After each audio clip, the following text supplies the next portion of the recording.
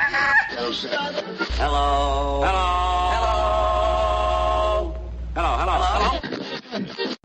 A message to the motherfucker that own the Clippers. You bitch-ass, redneck, white bread, chicken shit motherfucker. You, your mama, and everything connected to you, you racist piece of shit. You. Malkin to the net. He scores! A hat trick for Evgeny Malkin. Penguins lead 4-0. McKinnon. A shot. He scores! Nathan McKinnon in overtime. Colorado gets it done. Spurgeon's in. Delayed. Shoots one. He scores! Jared Spurgeon has tied it. This is Niederreiter holding on to it. And he scores! Nino Niederreiter wins the series for the Minnesota Wild. 30 seconds to go. Perry back in front. Oh, what a save by London. Rebound loose in front. They battle away from Benito shoots. Perry piles and they score. Giovanni Spinelli has tied the game with 22 seconds to go.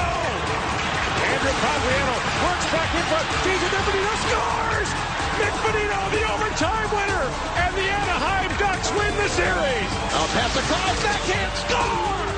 What a play by Andrzej Kopitar. And LA has grabbed their first lead of the game. Here's he goes back to Toffoli. Score! Tyler Toffoli top shelf. And LA has a 2-goal lead. And LA is going to join a select group of teams to ever win a series in 7 games after losing the first 3.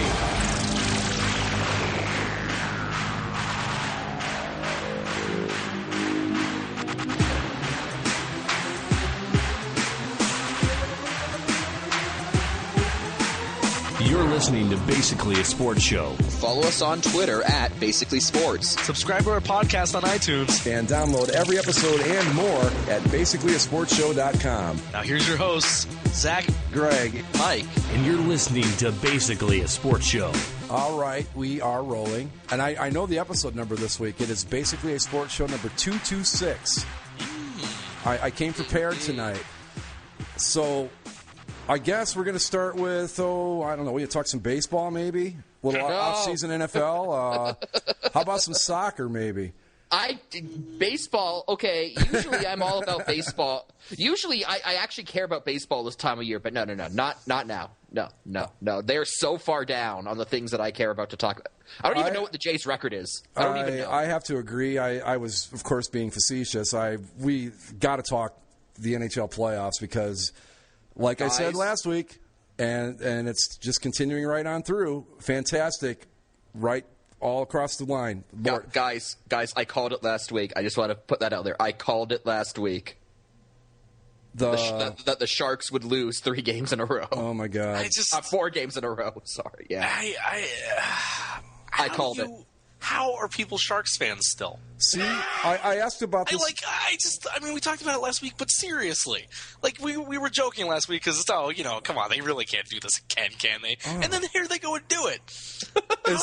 Anyone? Is this the worst one yet? Anyone? This is the worst. Oh, this easily. is the chokiest they've ever choked. You're 3-0 on your on arguably your biggest rivals. They choked up a 3-0 lead 2 years ago to the Red Wings. But they ended up winning. They won Game 7, so it was fine. And they made it to the Western Final where they got swept. But, hey. Or did they only win one? Was that the Vancouver one where they won 1 game? Either way, it doesn't matter. They went to back-to-back Western Conference Finals, won 1 game. You know what's there are a lot of things that are brutal about this. Most things about it are brutal. But I think the most brutal part for me, if I were a Sharks fan, was how dominant they were in the first 2 games. Mm-hmm. That's it. That's the worst part, is they looked so good. Yeah, like you said, they had the Kings flummoxed. The Kings didn't know what the hell was going on, and you just if you knew none of the history of the Sharks and you just saw those first 2 games, you would think there is no way in hell this team loses this series. Just no way. You would say that they were cup favorites after the first 2 games of the series. Right? Right? Yeah, exactly. And then even in the third game, it was tight, but they got those lucky bounces that a team that goes on to win a series usually does. Mm-hmm. And then it all went away. It all went away very quickly. But if you look at the scores, the aggregate scores, I don't have them on hand, but someone did post them last night. If you essentially split this series in half, for as bad as the Kings got outscored the first half of the series, the Sharks got outscored worse in the second half of the series. Yeah, I think despite the Sharks scoring all those goals in the first 2 games, I think the Kings ultimately won the goal differential by 5 goals. Wow.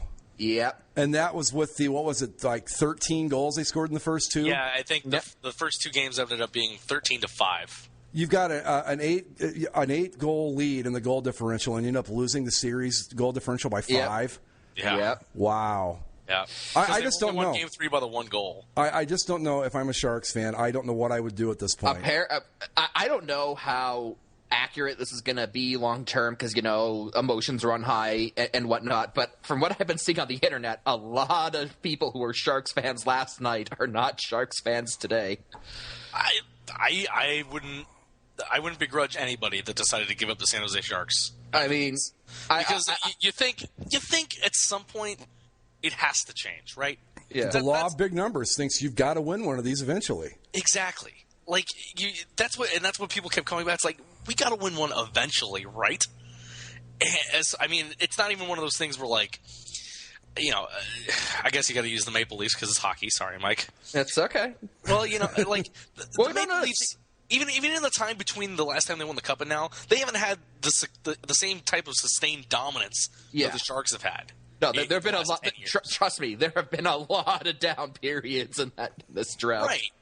You look at, really the Sharks' whole history. They were down for the first maybe 5 years, 6 years of the franchise's existence. But then since then, they've been in the playoffs, in and around it. And maybe not horribly bad the first 5 or 6 years they were in the playoffs, but last 10 years, they've been Stanley Cup contenders. Mm-hmm. Yeah, and weren't there a couple years where going into the playoffs they were like the prohibitive favorite, basically? Yeah, they won the year they won the President's Trophy. They ended up losing to the Ducks in the first round.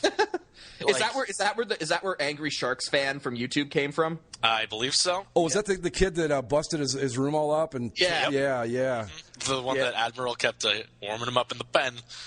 Going to the mound. Skippers signaling to the bullpen. Oh no! When did you guys? Those things like it happened so slowly because the Sharks went up for a second in Game 7. Yeah, and you're like, okay, maybe they have this. No. Yeah. And then the Kings tied it. When the Kings tied it, I knew it was done. Yeah. Mm-hmm. As soon as the Sharks couldn't pull away, it was just you just kind of sit there saying, "Oh no." I think the moment when I knew it was done, it was when it was 1-1 and Marlowe got robbed by Quick. Yeah. Like Quick gloves it on the line. Yeah. They review it, doesn't go in, but such a great save. But when that happened, I realized no, it's not happening for San Jose. It's just not happening. At what point in the series did you guys think, "Oh my God, this is going to happen"? When it got to be 3-2, I thought the Kings were going to pull this off. When it got to 3-1, went back in San Jose in Game 5 when it was 3-2. Yeah, you're right. Because the Kings winning the first one at home. Yeah. All right, they're staving off elimination. No big deal. Yep. And then they go up to San Jose and win 3-0. Mm-hmm. And then you go back to LA and they're starting their backup goaltender. Yeah. You're just like, oh no, they're panicking. Yeah. You're up 3-2 and you're panicking already. Mm-hmm. You cannot do that. And I think that's where that is where they lost the series because I've never played hockey, but I have played other sports, and when you make a move like that, the team senses it, and everybody thinks, "Wow, we're in trouble here." I'd say they panicked in game. What would it have been? It was the game before they started the backup goaltender. Game 5. When when the Kings went up 3-0 and they pulled Niemi like just right after that third goal. Mm-hmm. But if you look at that game, there's absolutely no deliberation on the coach's part. Like the coach, Todd McKellen, I think. Yeah, from the Sharks. Tom McClellan, yeah. He's signaling to the backup almost as soon as the light goes on. So you could by that point, he is panicking. He is panicking. He has no confidence in his goaltender. And his whining after Game 7, was it when he went on about being cheated? Well, it was after Game 6. Oh, yeah, Game 6. And I agree that the goal that ended up being the winning goal, probably shouldn't have been allowed. But, and I mean, when they scored Wait, that were the goal, refs from L.A.? I don't think there are any refs from the state of California in the National Hockey League. But that goal in Game 6 where it goes between the pads of Stalock, it looks like it's loose under the back of his skate, and then Williams pokes with his stick and basically pushes the goalie and the puck back into the net with his stick. Technically shouldn't have been allowed. Yeah, the puck was loose, but I don't know how the referee could have known that. And even still, you can't push the goalie into the puck into the net. From what I understand, the two things that kind of justify the call as a goal were, one, the puck was loose, and two, Stalock was pushed, but he himself wasn't pushed into the net with the puck. That's garbage. Yeah, I'm just saying that is the goal, excuse. I mean, you see, obviously, that the Kings score a couple goals after that, but I would argue that once that goal goes in, the Sharks kind of flip the switch and say, "Oh no, oh no, here we go," and then they fall apart. But that's still not to say that they probably weren't going to lose that game anyway. Yeah. What do you do at this point if you're the Sharks? I mean, not just the fans, obviously, but what do you do? They've got talent, obviously, right? Oh, they're a good team. Yeah. So how do you fix this? I mean, other than just keep trotting back out there and lacing up the skates and taking another shot at it. What do you do? They can't not make moves. Despite them being very good, they have to do something. Yeah. If they stand pat after this, the fan base will lose their minds. There is what's left of their minds. There is absolutely nothing, I think, that the Sharks can do with this current core. I mean, yeah, maybe 3 years ago, it was like, oh, ha, they choke in the playoffs. But now, no. It's sad now. Well, and the thing is, too, if they were going to do the rebuild thing, I'd rebuild if I were but they're too far into it now. They can't just rebuild. Like, if they were going to rebuild, they shouldn't have re-signed Marlowe and Thornton. Well, yeah, that is the problem. They can't rebuild. I mean, the thing that they need to do is rebuild, but they can't really, because they did sign Marlowe and Thornton to extended contracts to 2017. Right. And here's the problem with that not only does this hamper their ability to rebuild, but I'd argue that those two are part of the problem. I think they're the problem. They're very talented, but it's so painfully obvious that when it gets to crunch time, Joe Thornton and Patrick Marlowe cannot step up. No. They don't have it physically in them to step up. No, they are in leadership positions, and they are not leaders. It's as simple as that. And I'd say the biggest problem for the Sharks is it's a culture, and it goes all the way up to the GM. There's a culture there. I don't know. Coddling, I've heard it described as that the players are coddled, but that, like, Marlowe and Thornton have to go. I'd say the coach actually probably I could take or leave because it's probably not his fault. Because really, what has Todd McClellan not done?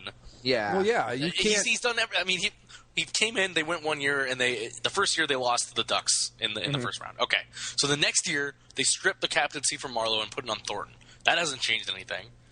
They've gotten assistant coaches in. They made other moves here and there. They got a different goalie. They've done everything. And so I couldn't say this is the coach's fault. I think it's not the coach's fault when guys with a track record like Patrick Marlowe and Joe Thornton continually don't step up. Yeah. I don't think that's his fault. And you look at the Sharks' history, and Darryl Sutter, was their coach for the longest time. He had the same results, flaming out in the playoffs. He got him to the Western Final once, and they lost to the Flames.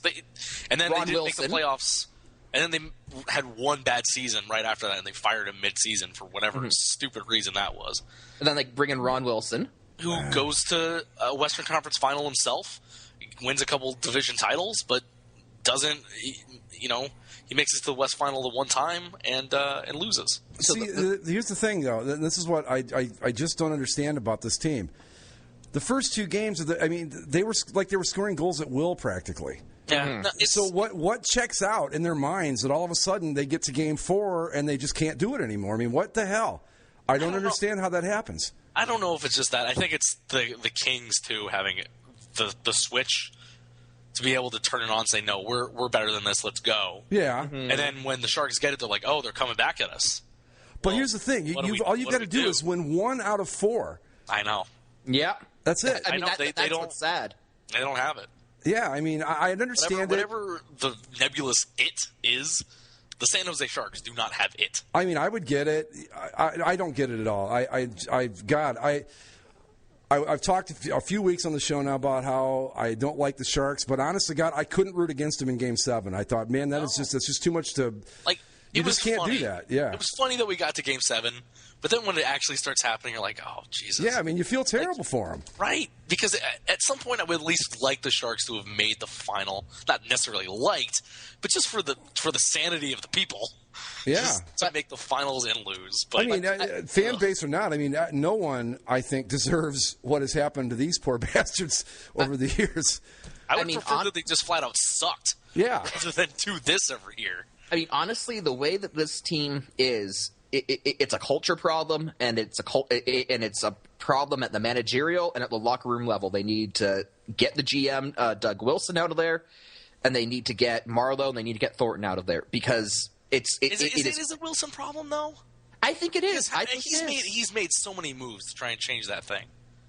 I mean, mean, but they've all kind of been within the same mentality. Like he's the guy who put this core together, and this core is obviously unable to do it.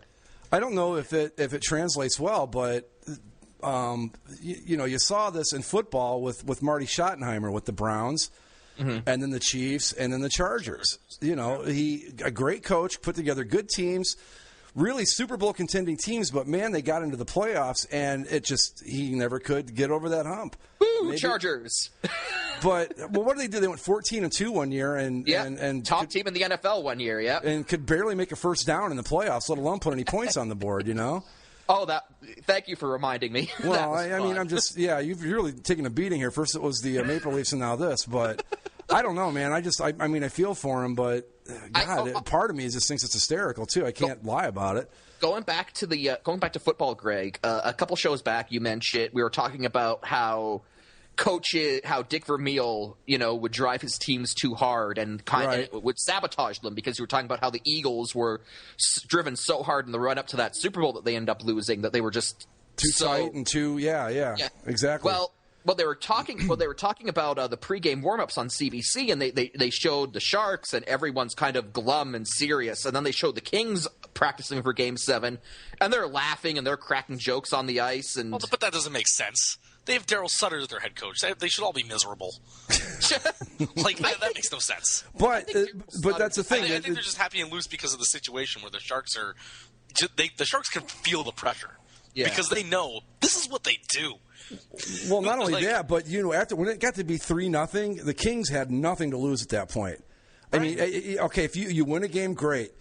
You might lose 4-1, but at that point, it became win this game, worry about tomorrow. And really, strange as it sounds, I think that especially when you've got the San Jose Sharks involved, the pressure as you get to 3-1, all of a sudden the pressure switches because the Kings they're really one goal away from losing the series, basically from 3-0 on. So they've got nothing to lose. They're just playing to get to tomorrow. And like I said, at 3-2, I knew it was over. They were going to win it. I think to kind of close it out, I don't. They can't. They should move Marlon Thornton, but they can't. Mm-hmm. But I think the only thing that's out there for them to do really.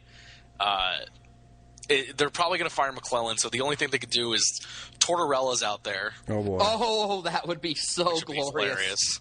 That would be glorious. And Peter Laviolette is also out there, too.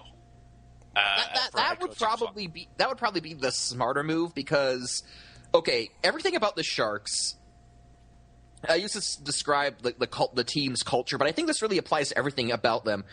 It is coddled. Like the Sharks, like the town is super in love with them. Everyone loves the Sharks. Could you imagine the San Jose media just getting talked down and just absolutely deballed by John Tortorella after an overtime loss? It's like, what do you want me to do? This team doesn't know how to win. They're chokers. See, I would just, the coach is probably going to be the one that takes the fall for this, but I'm with you, Zach. I don't know what else he could have done. I know. What did he? But that's the thing. Did he coach differently from the first 2 games after that point? I mean, come on, But see, that's the thing. I don't know specifically roster-wise what the Sharks would need. I mean, maybe they need one more stay-at-home defenseman.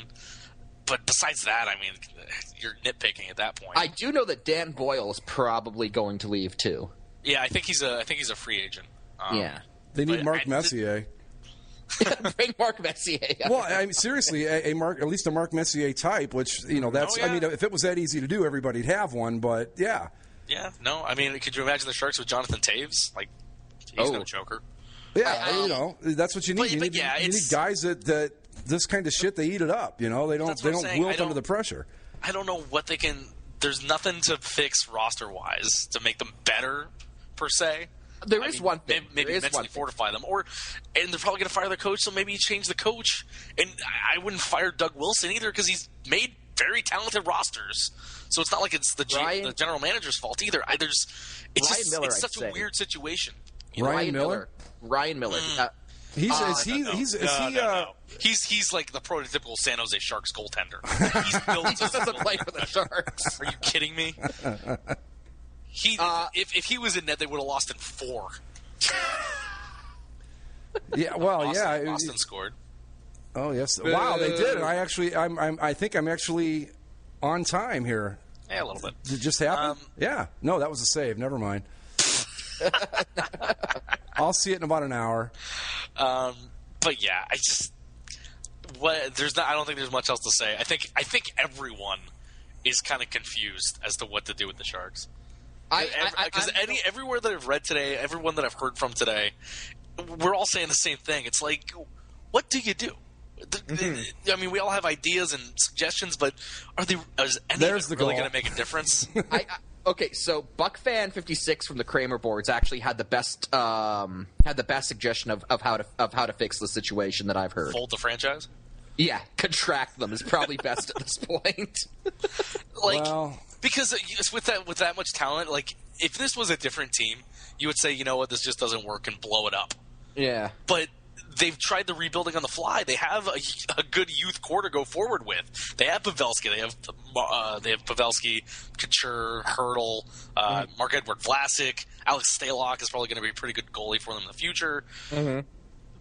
What do you do? It's just they've done everything right when it comes to team building.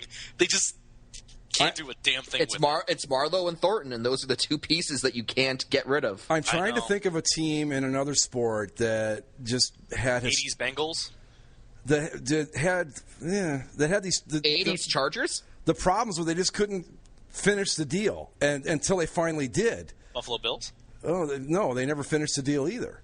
But I mean, there has Philadelphia Eagles when they went to the 4th straight NFC Championship games. Yeah, no, I'm trying to think of a team that had these problems and then corrected them. I can't think. The only thing I can come up with is the Lakers and the Celtics back in the 80s. The Lakers had lost every final they'd ever played to the Celtics until 85, and then they finally broke through and won a couple. But at least they made the finals. Yeah, they were there, and they won championships against teams other than the Celtics. So, right. I don't know. This is a strange one. It's a unique situation.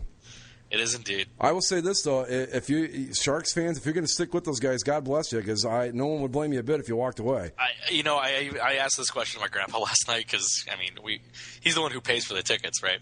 So I asked him if this were the Ducks, if the Ducks were this good year after year, but could never even make the Stanley Cup final, and you paid all that money for regular season tickets and then increasing amount of money for playoff tickets, would we still have season tickets today? He said no.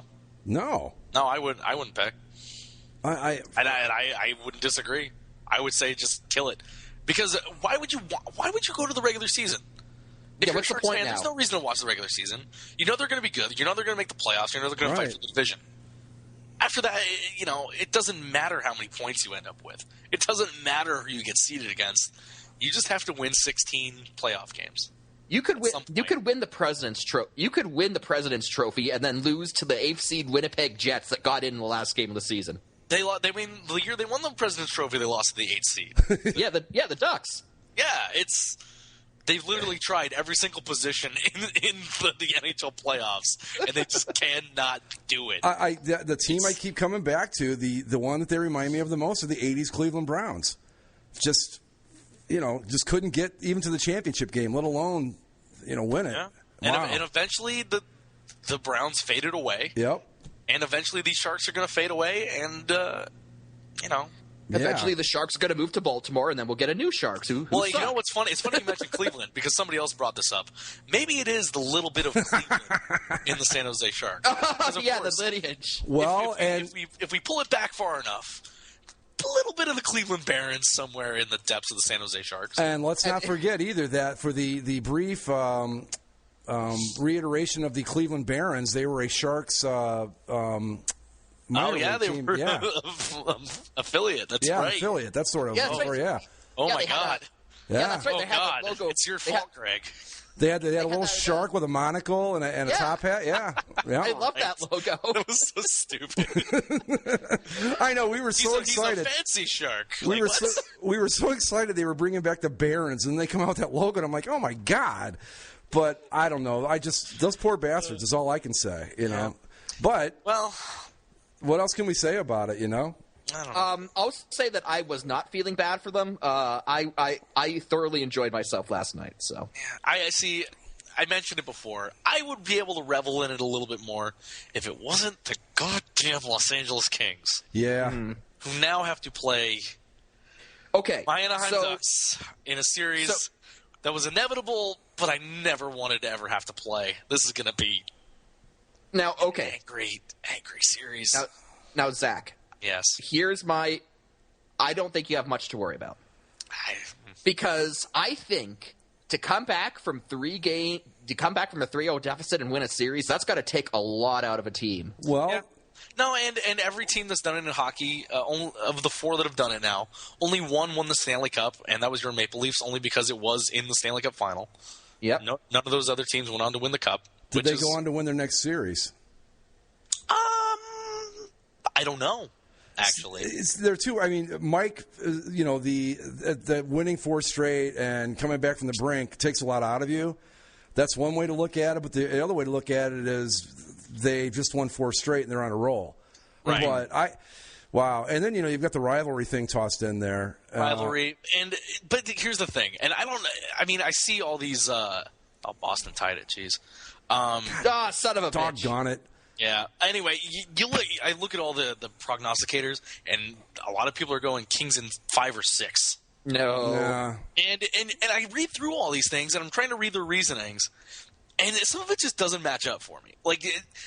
Nowhere do they ever mention the fact that the Ducks went 4-0-1 against the Kings in the regular season, and the one shootout loss was a 9-round shootout loss back in mid-December. And that was the first game the two played against each other this year.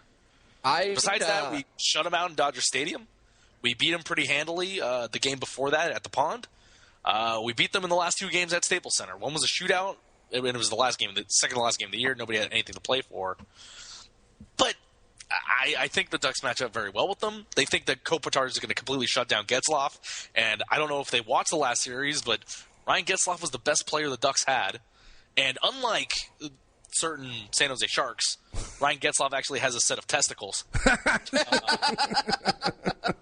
The question for me is Quick finally back to being Jonathan Quick of old, or is he going to look like Jonathan Quick in the first 2 or 3 games of the last series? And then is Jonas Hiller up to the task? Well, I was just going to ask you. I mean, in the Dallas series, didn't you guys run through a couple? Your goaltending was a little unsettled, wasn't it? Yeah, Kinda? Yeah. That would have concerned me a little. I think, and that's the concern. It's going into the playoffs. Hiller had no confidence. Anderson looked good going into it, so they put in the rookie, and he looked okay in the first couple games, but he also wasn't fantastic. And it became obvious that he's a rookie. He's really not ready for this. And then Hiller came in relief in Game 6 and played and made the big stops when they needed to be made. Didn't let up a goal and allowed the Ducks to make that miraculous comeback in Game 6. Which was just incredibly cool to watch. Oh, incredible. 2 goals in the final 2:10, both with the goal he pulled. Yeah. I think he scored, I think, 2 or 3 minutes into overtime before Jamie Benn and Tyler Seguin even see the ice for Dallas.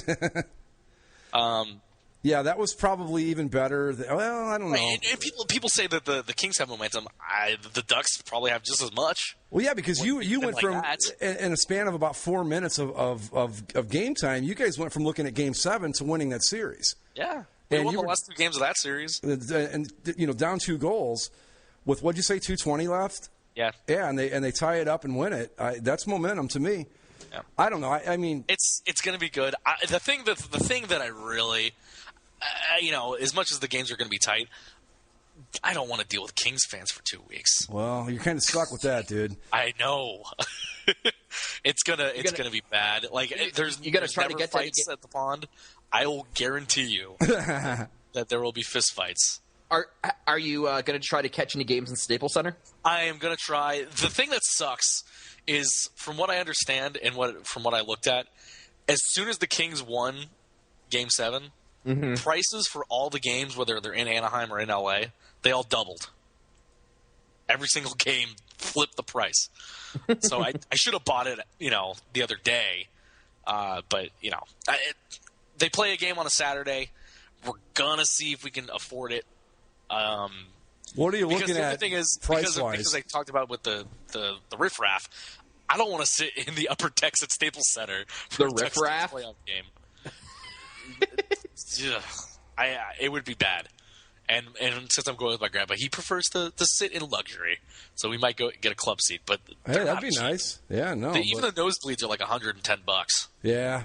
And the seats that we were looking at this afternoon were like $200, and that's a lot.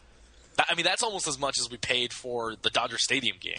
It would be worth it if it was like for a Game 3. I wouldn't pay that much because No. Yeah, but if it was like a game where you could possibly clinch the series, I think I'd go for it. I don't know if I'd go for a clincher. I just want to go to one of the games because it's a road playoff game. It's Ducks Kings. There's probably going to be more series like this based on the way the alignment is and based on the talent in the division. You're going to see this series more often than not now. And that's the other thing. Like, before, I was kind of dreading the series happening. But then once everything got aligned and you see the playoff matchups, you're like, well, it's going to happen. One way or the other. You're going to play San Jose. You're going to play San Jose. Or you're going to play LA. Almost every single playoff from now until realignment again. It is pretty cool though that this new setup. It produced Boston, Montreal in the second round. You've got Pittsburgh, Blackhawks, New York, Blues. Blackhawks. The Blackhawks? Well, they got to play the Wild next, right? They're playing the Wild. Yeah, that's. Oh boy. I don't think that's going to be much of a series. No. I think they swept them last. No, week. it was 4-1 5? last year. Yeah, it was 5. Yeah. I would say Hawks in 5 again in that one. Great effort by the Wild. Very great Game 7 by them. Yeah. By the way, I am absolutely shocked the Wild won that series. I am too a little bit. I thought they were going to give them a tough series, and only because Colorado's very young, and they were a last place team last year. You got to remember, and it was one of those things where they'll learn from it. They'll get better from it, but I didn't think that they were ready for prime time. And Minnesota, they proved they were worth it. And they're a gritty team. Maybe it goes to 6 because they're playing the same team that eliminated them last year. They've gotten a little bit older. They've gotten a little bit better. By the way, I'm not sold on goaltending. So guess who scored a goal for the Wild in Game 7? Danny fucking Heatley. Fucking all-star. Fucking all-star Danny Heatley. Do I have his tweet still? I think I'm Danny Heatley. I play for myself. That's what fucking all-stars do. Fucking all-star. Hey, at least he's honest, right? What'd you think? I was gonna fucking go into a Game 7 and not fucking score? What do you think I fucking was? Fucking all-star, man. Fucking all-star, man. I can't find it, but that's basically what the tweet said. Yeah. if I were to paraphrase, because it's like Danny Heatley scores in the playoffs. It's 2005 all over again. Yeah, but it's so. I'm proud of Patrick Waugh for not eating the bench after the game. Remarkably restrained this series. Yeah, he was. Considering that the Wild were the team that ended his career, Right, and there's so many similarities because the last time the Wild played Game 7, it was against Colorado. It was in Colorado, and Patrick Waugh was in the building. He was the goaltender at the time, yeah. It was Patrick Waugh's final game of his career. And they won in overtime. The Wild did the last time. On a pretty weak goal, actually. Yeah, Andrew Burnett, of all people, ended the career of Patrick Waugh. You never think that. And Andrew Burnett on the Wild coaching staff, believe it or not. So many similarities. It's like 2003. But yeah, it was an entertaining series. It was probably the least marquee of the four series. In the first round, yeah. In the West, yeah. Yeah. And the Hawks. Nice job, St. Louis. It's clear not quite who's the Stanley Cup champion. It's clear who between the two teams was the Stanley Cup champion. Yeah. And who wasn't. Not quite up to San Jose levels in terms of chokitude, but close. The Blues are getting close. Yeah, close. They're getting close. They lost those two series to LA. They lost this one to Chicago. I did like what their GM said though about that. It's like, look, when you've got like a 2-game-0 lead on a team, you got to have a killer instinct. You've got to like go for their eyes and you got to stab them in the eye and kill their brain or something. Like there you go, man. It's like, well, he's not wrong. No, he's not. The imagery might be a little harsh, but the point remains. Yeah, right. But Ryan Miller was Ryan Miller, and he looked good for the first two games. Well, so did the Sharks. Yeah, true. If St. Louis had gone up 3-0, they probably still would have lost. Probably. No. But yeah, those are the Blackhawks, man. They look. I tell you, they look like a Stanley Cup champion team. The times I've watched them, I mean, they're tough. You watch those first two games, and you say, "Well, the Blackhawks' problem is that Taves and Kane aren't stepping up." And who scores? Who scores the winning goals for the final two games for the Blackhawks? Taves and Kane. Yep. Well, the worst part was for the Blues. I think after Game 5, they looked at the similarities between this series and the Kings series from last year, where they also went up 2-0. And also had a couple game-winning goals by the same guys. Yeah, that was bizarre. A couple overtime games and a 2-1 loss and a shutout loss. Yeah. Oh, Jesus. It's happening again. Oh, no. If I was a Blues fan, I'd be having, like, cold sweats just thinking about that. It appears as if the Blues fans on the boards are indeed having cold sweats.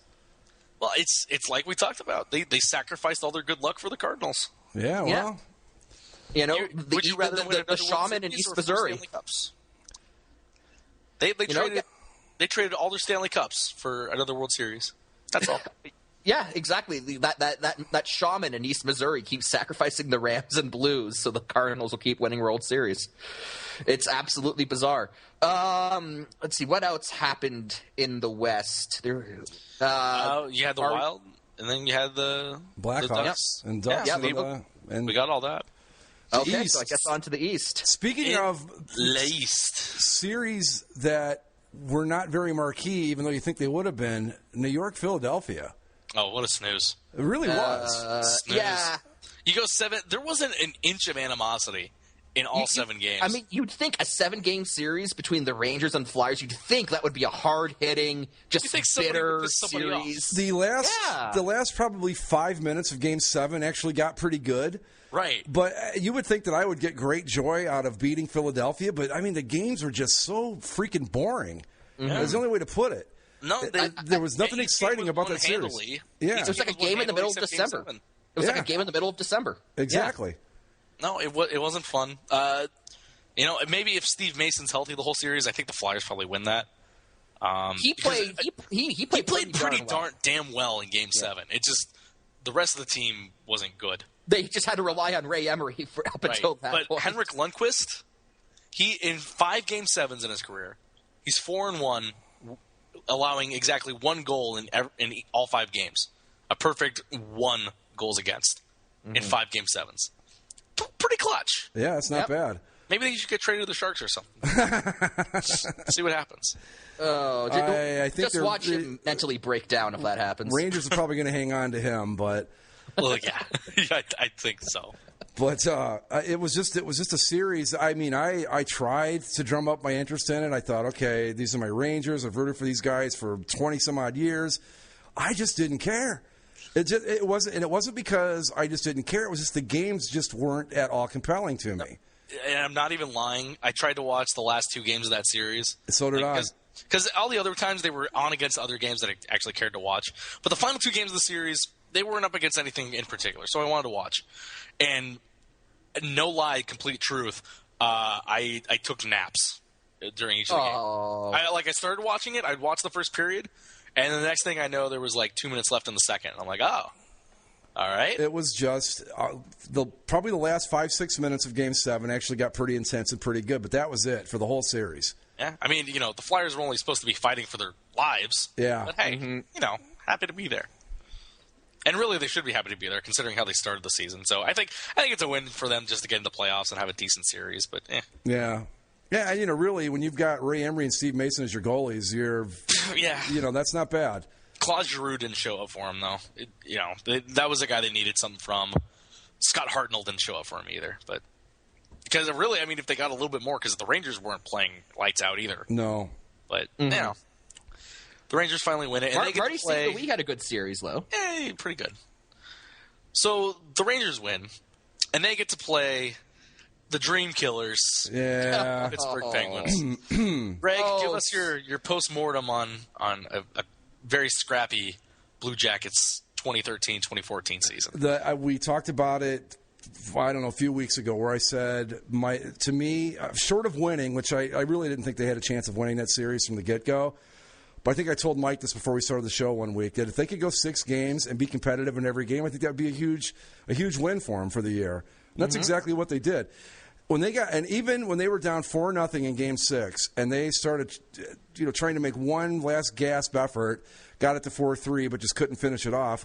I couldn't be any prouder of them. I think they played probably above their heads a little bit for the whole series, but I didn't expect. I expected them to get swept, and they took it 6, and they were in every single game. I can't complain.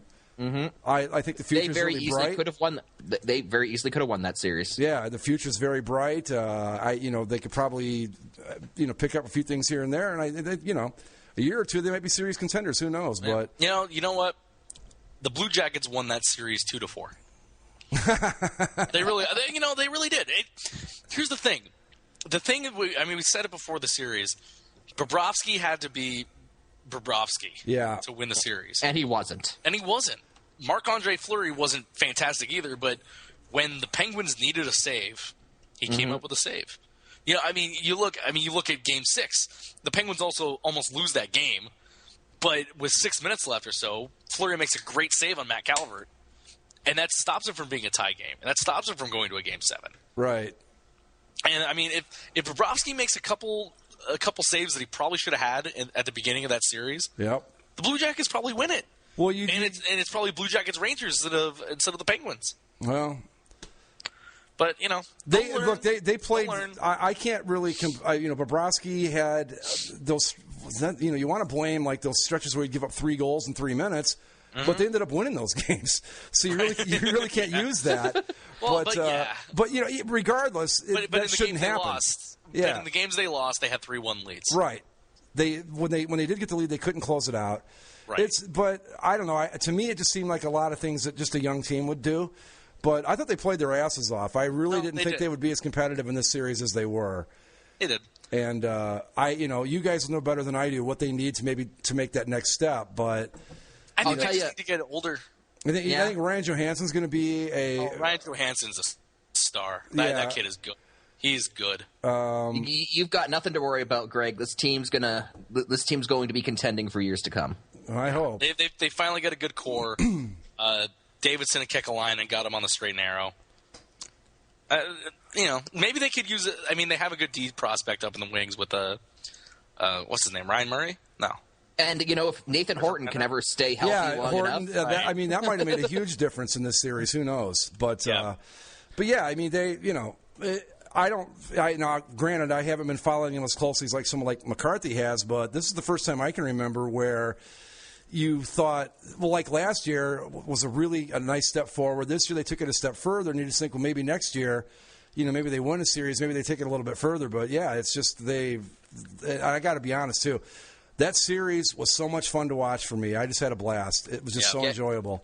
Guess who broke? Woo! But guess who scores guess who ends their playoff goal drought in that final game? Oh, Malkin did, right? Sidney Crosby. Oh, Crosby. Yeah, Malkin had a hat trick in that game. Yeah. Crosby did score, didn't he? Yeah, he did. Yeah. Sidney Crosby, he scored the first goal, didn't he? Yes. Yeah. Well, good for you, Sidney. But and his Stanley Cup and his 2 gold medals and his. But here's the thing, okay? Now you act like you own him or something. What was I'm he not just Donald Sterling? Come on now. Was he in a slump, or was it just that Dubinsky and the Jackets just did such a great job of shutting him down? Well, the slump went back to last year. Okay, well, because it's partly because of what Dubinsky was doing, but it was also a running theme. I got to admit, I did kind of find what Dubinsky was doing to him hilarious because it was the hockey way out of his way. It was the hockey equivalent of I'm not touching you, I'm not touching you, I'm not touching you. And that, like, everything was legal. He was playing within his, his means. It was completely legal, but he was just such a pain in his ass. It was hilarious. So how long ago did Montreal actually take the lead in this game? Because I just saw the go-ahead goal. It was about 20 minutes? No, like a minute and a half ago. Okay. But yeah, there's some sort of weird time warp here in Ohio. But no, it's because you're streaming it. Are you streaming it on an iPad too? On my laptop, but yeah. Okay, yeah. So the stream is slow. But anyway, the Blue Jackets. I mean, there's really not much to say. I thought Pittsburgh they played great. In the crowd. Oh man, the crowd was fantastic. That was chanting CBJ for practically the entire game. You want to know what? Chanting it after they lost. That was fantastic. I've seen some pretty rockin' Maple Leafs crowds come playoff time, and hand to God, that Blue Jackets crowd was right up there in terms of intensity and passion with some of the best crowds I've seen from an Original Six franchise come playoff time. This team finally gave them something to believe about. Yeah. They weren't just going to be fodder for the Red Wings, Yeah. They were going to go in there and they were going to be good. They were going to fight. They were going to scrap. So I'm happy for Columbus and the Blue Jackets, and we'll see more from them. They're not. My hat's off to you, Beej. Hats Indeed. We already talked about the Habs series last week because it was done so quickly. Yeah, I just want to throw in one more thing about the Blue Jackets. They're coming along when people on the board start taking shots at them. Like I saw somebody say something, once we're done with all this fapping about the Blue Jackets, we can get to something else. And a few other people, I thought, well, this is good. How can you root against the Blue Jacket? That's okay. Some people like hate rooting the against scrappy Christmas. underdog. But that's the thing. That's okay because that means they're actually good enough where it's no more of like, oh, look at the little cute puppy doing tricks that only a big dog should be able to do. Now they're like, people are starting to dislike them. That means they're good. So I'm happy with that. Now watch the Blue Jackets get 5 straight Stanley Cups, and we're all going to be tired of.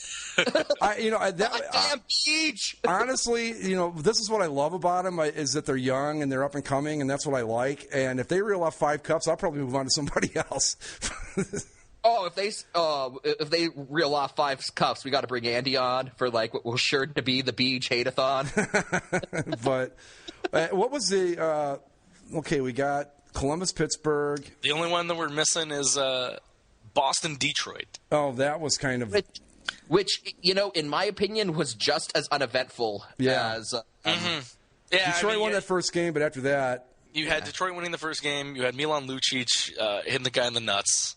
And besides that was the high point. That was the high point of the series. Yeah, it was clear that it was one of those things where Detroit expended all their energy trying to get into the playoffs. Yeah, and then Boston was just such a superior team that it wasn't really a contest. I wanted to gouge my eyes out that entire series. Thankfully, one of Satan's teams is done, and we just got to hope that the other one drops. But God, Detroit just.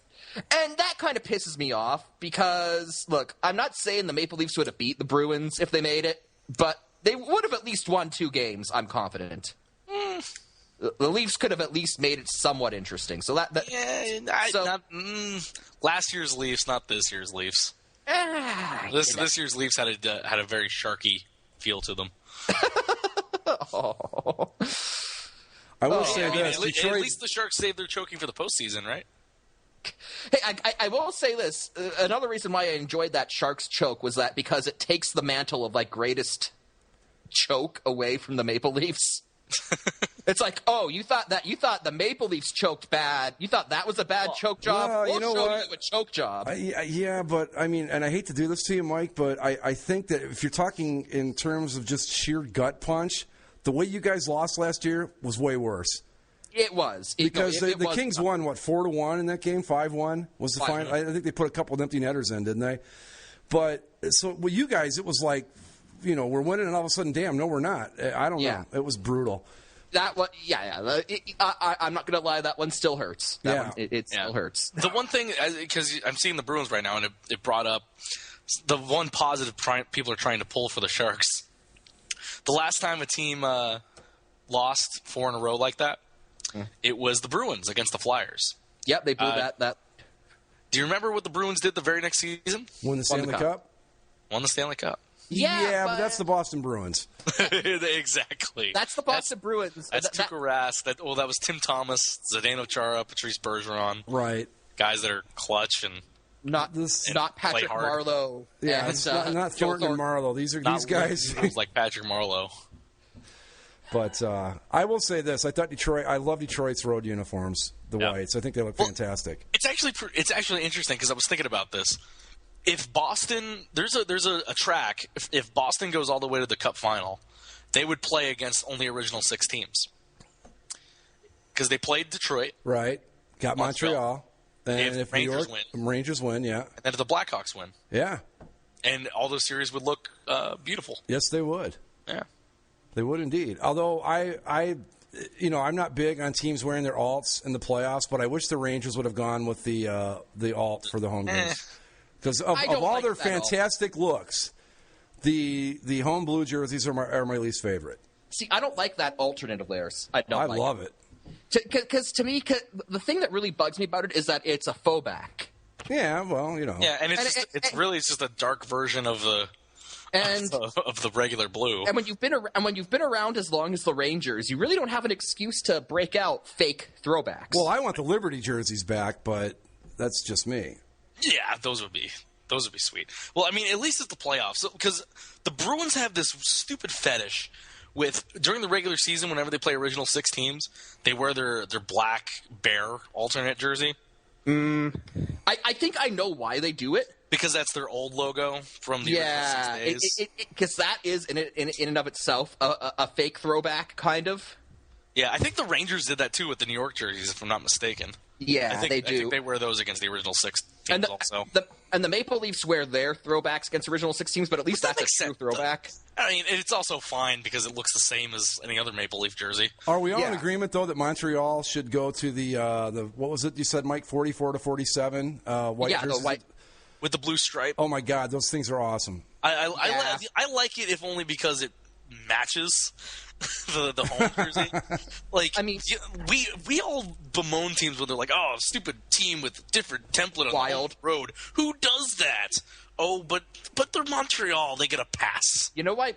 The thing about Montreal though is that Montreal's current road jerseys are so old. They basically date back to the day when you didn't have home and road. You just had primary and clash. Right. So that's why they don't match, because it was like, oh, we'll just create these cheap white jerseys for that one time we played the Red Wings. Right, and that's just, they're that way now because that's just what they wore all the time. I mean, I love the 44 to 47 ones with the blue stripes too, and if I had my way, they would wear that as their primary road uniform, but it's not happening just because there's so much tradition wrapped up in their uniform set as it is. Yeah. So, but I would like to see it at the very least brought as like an alternate, just to see it get some use. Well, then they were as an alternate a few years ago, right? I think it was 06, 07. Was it like a full-time alternate or just a no full-time alternate? It was a full-time. It was a full-time alternate right up until the Edge switchover, and it just didn't make the jump. Oh well. Because the first year of the Edge jerseys, there were no alternates. Right. And then, like, the year after that, a bunch of teams brought back their old alternates in edge form, but the Canadians Blackhawks didn't. brought the black one, which is a stupid jersey. You know what really needs to come back are the Flyers and their Cooperalls. only if we bring back the Hartford Whalers to play against them inside Cooper. Oh, no. Wouldn't it be awesome if the Hurricanes were Cooperalls and they're like... They'd just be red. Those might rank right up there with the White Sox and the shorts and those uniforms. Softball uniforms. Yeah. Who the hell thought that was a good idea, by the way? The shorts. We're playing in the summer, and it's hot, so obviously shorts. Have you ever tried to slide into a baseball bag wearing shorts? No, because I wouldn't want to. I was never stupid enough to wear shorts when I played. I can tell you from experience, it is not pleasant. I can imagine. But anyway, do we want to? We got anything else? Yeah, we want to predict the series and let's go through the series. I guess we'll start with the game that's on right now: Montreal and Boston, the oldest rivalry in the NHL, and for my money, the best rivalry in professional sports. It's not the oldest one in the NHL. Maple Leafs Canadians have been going on longer. Whatever. Most played rivalry, I should say. Okay, yes, most played. Yes. But I've got Habs in 6. I'm going with the upset here. Because the Habs matched up with them fantastically during the regular season, and they're matching up with them great tonight. So my pick is being validated. Mm-hmm. Habs in 6. I've got to echo that. I'll say I'll go one further. I'll say Habs in 7, but I do think the Habs pull it out. Homer. A Canadian fan picking a Canadian team. It's going to happen. It's going to happen all these playoffs. So everyone complaining about it can just get over it and get used to it. I'm sure everyone on the CBC panel is. Oh yeah, going with the Habs, right? Oh yeah, no, they gotta pick the Habs. Winning the cup all the way this year, eh? Oh yeah, make it a parade right down St. Catherine Street. Am I right? Yeah. Here's where I'm at. I want Montreal to win this series, but I'm not going to get lulled in like I did with Detroit when they played Boston. I'm going to say Boston takes this one in 7. Okay. I don't want them to, but I think they're going to. All right. Other series in the East, Pittsburgh Penguins and the New York Hockey Rangers. I got to go for the New York Hockey Rangers. I don't. The Penguins didn't show me a whole lot, but the Rangers didn't show me a whole lot either. Yeah. It comes down to goaltending. Comes down to goaltending for me, and when it comes to the playoffs, I'm going to take Henrik Lundqvist over Marc-Andre Fleury every day of the week. Well, that's a good point. I agree with taking Lundqvist, but I think Lundqvist isn't good enough to win the series all by himself. He's not, but at the same time, especially when you got Crosby and Malkin and Neal on the other side. Crosby, Malkin, and Neal, definitely a formidable trio, but. Okay, I don't want to sound like I'm bashing the Blue Jackets because that's not my intent, but let's face it, on paper they were outmatched by the Pittsburgh Penguins, and yet they managed to play the Penguins to pretty much a standstill. So the way that I see it, Pittsburgh's not firing on all cylinders right now, and I see the Rangers, and they had some trouble with the Flyers as well, but I don't know. You got two teams who are kind of underperforming. I kind of see that as canceling, each other out, and then it falls back to goaltending, and I just don't see Lundqvist giving up as much as Fleury. Bruins tied it. Yeah. I think I've got. What did I write down? Pens in 6. I'm gonna. I think Lundqvist is good for 2 games. Here's what I think. I think first off, I think that the Columbus Blue Jackets are better than the New York Rangers. Despite the standings, I do believe that. Despite the standings and the stats and right, not for the full season, but I think towards the end of the year, the Blue Jackets were the better team coming into the playoffs. Mm-hmm. I think that I'm not saying that you bash the Blue Jackets, but I think the Blue Jackets are just match up better against the Penguins than the Rangers do. So I'm going to take the Penguins in 5. I don't think the Rangers even show up for this. They get 1. We don't want to get swept, win at the Garden, and that's it, and it's over. So Penguins in 5 in this one, and it's not even going to be close. And goaltending aside, yeah, Lundqvist is much better, but I just don't know that the Rangers can score with the Penguins, and that's going to be the difference in my book. I'll put Rangers in 6. That's my prediction. Rangers in 6. Well, moving on to the Western Conference, you have in the Central Division the Minnesota Wild and the Stanley Cup champion Chicago Blackhawks. I've got Hawks in 5, same as last year. Blackhawks in 5. Maybe it goes to 6, but that'd be a stretch, I think. I like the Wild. I like the way they play, but there's just no way. The Blackhawks are just way better. I think the Blackhawks in 5, easy. And the Wild's goaltending, it's very suspect. Yes. Yeah. I mean, Kemper played okay in the second half of that series, but he got hurt there in Game 7. And the best stat line of the playoffs: Ilya Bryzgalov, 1 save, 1 win. in Game 7 there. It is one save in humongous, ginormous universe. Doesn't matter how many saves you make as long as you get the victory. And I went in, I stopped the puck, and we win series and move on to play Indians. Why you have to be mad? It's just game. Why you have to be mad? Yeah, Hawks at 5. Did we all get Hawks at 5 there? Yep. Okay. Then the battle for Southern California, the first ever playoff matchup between two teams in Southern California in any sport: hockey, baseball, basketball, football, anything. Yep. That actually makes sense. Yeah, when you think about it, it makes sense. Like not even against the San Diego teams. Yeah. It's like that actually makes sense when you think about it. Yep. Clippers and Lakers never played. Dodgers and Angels never played. Rams, Raiders, Chargers never played. Padres, Dodgers never played each other.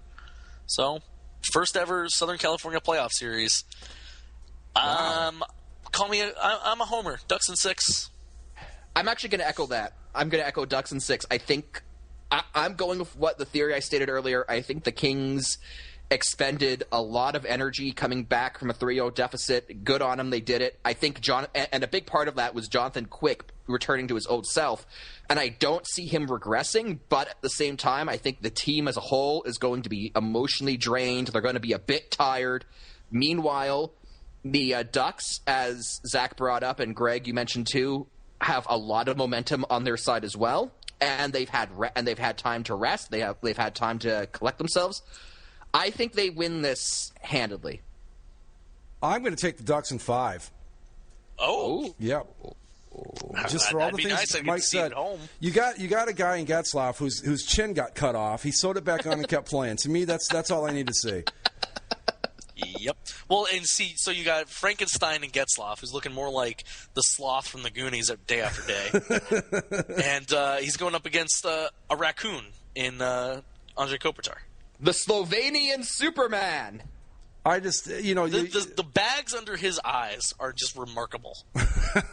Like, does he sleep? I don't understand. He's a vampire. I think he's still operating on Slovenian time. He's a vampire raccoon. Man, I'm gonna change that. No, I'm gonna stick with it. Ducks in 5. I think the Ducks win this series easily. Now, the question is, if the Ducks win the Cup, what's Ryan Getzlaf going to look like by the end of it? Oh, he's going to look. It's funny because he got nominated for the Marc Messier Leadership Award, and I just said, well, he has to win it, if only because he now is Marc Messier. He's got the bald head to prove it.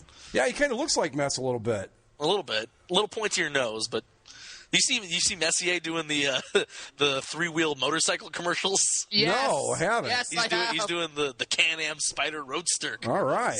Yeah. And if you sign up for the course, Can-Am will pay for it. It's so obvious that he's reading off a cue card. I can see his eyes moving when he's in that commercial. It's so funny. You just know that he does not give a shit. And as soon as they call cut on that, he's like, check. Where's my check? And he pulls away on the thing, and you kind of see him grimace, like, "Oh God, this thing's moving." Like he's not ready for it to go. It's kind of funny. Well, I'd rather he be on a Harley, but okay, as long as he's riding, I'm cool with that. Yeah, he's fine. So I can't believe I haven't seen that commercial. I know it's on NHL Network. I think it's on during these playoffs. They played it during the playoffs up here. Anyway. I've seen it. So Marc Messier is my favorite player of all time, so whatever he does is okay by me. So our predictions would be Ducks, Hawks, and Habs versus we're split on that. Yes. on the Penguins and Rangers. But Speaking of Bruins Habs, going into overtime in Beantown. It's the final countdown. You just can't beat the NHL playoffs. You just can't. No, you cannot. Best playoffs Ever. Best playoffs. Period. When even ESPN says it, you just when ESPN says it, it means it's true. Mm-hmm. It becomes fact. It becomes canon, as the geek people like to say. I mean, I don't know if we want to talk about this later, but we're saying this is the best playoffs, but don't want to shortchange the NBA. They've actually had a very good first round. Well, let's take a little break and we'll move on to the NBA. What do you say? Right. All right. Okay. I'd say go Jackets, but battle over. Go Ducks. Go. Damn, I don't even know. I guess. Go Go Ducks. Beat LA. Kings suck. Painted orange. Right. Truth be told, most of the teams I didn't want to win are already out. The only team left that I don't want to see win is Boston. So if Boston, yeah, I mean they broke your Maple Leaf heart. They did back in 1993, and I should be pissed, but I just can't be. I would like to see, and maybe we can just keep repeating this for the next two years after this. I would like to see another Stanley Cup champion under the basically a sports show banner. So I'm going to say go Ducks. Thank you. You're welcome. I've got no problem with the Ducks winning. I don't have a problem with it. Dude, they got a guy whose chin got cut off and he sewed it back on. If that's not hockey, folks. If that's not hockey, there is no hockey.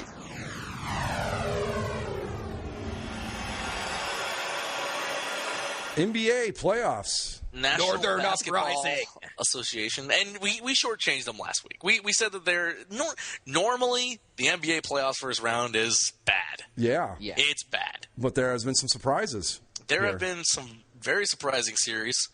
Let's see, what do we got? We'll go down the line here. I mean, we'll start with the East. The number one seed Indiana Pacers. Before we get going, are in a dogfight with the Atlanta Hawks. I just want to say, the NBA Eastern Conference, where the big boys play. Right. Yes. Indiana looks terrible. Yeah.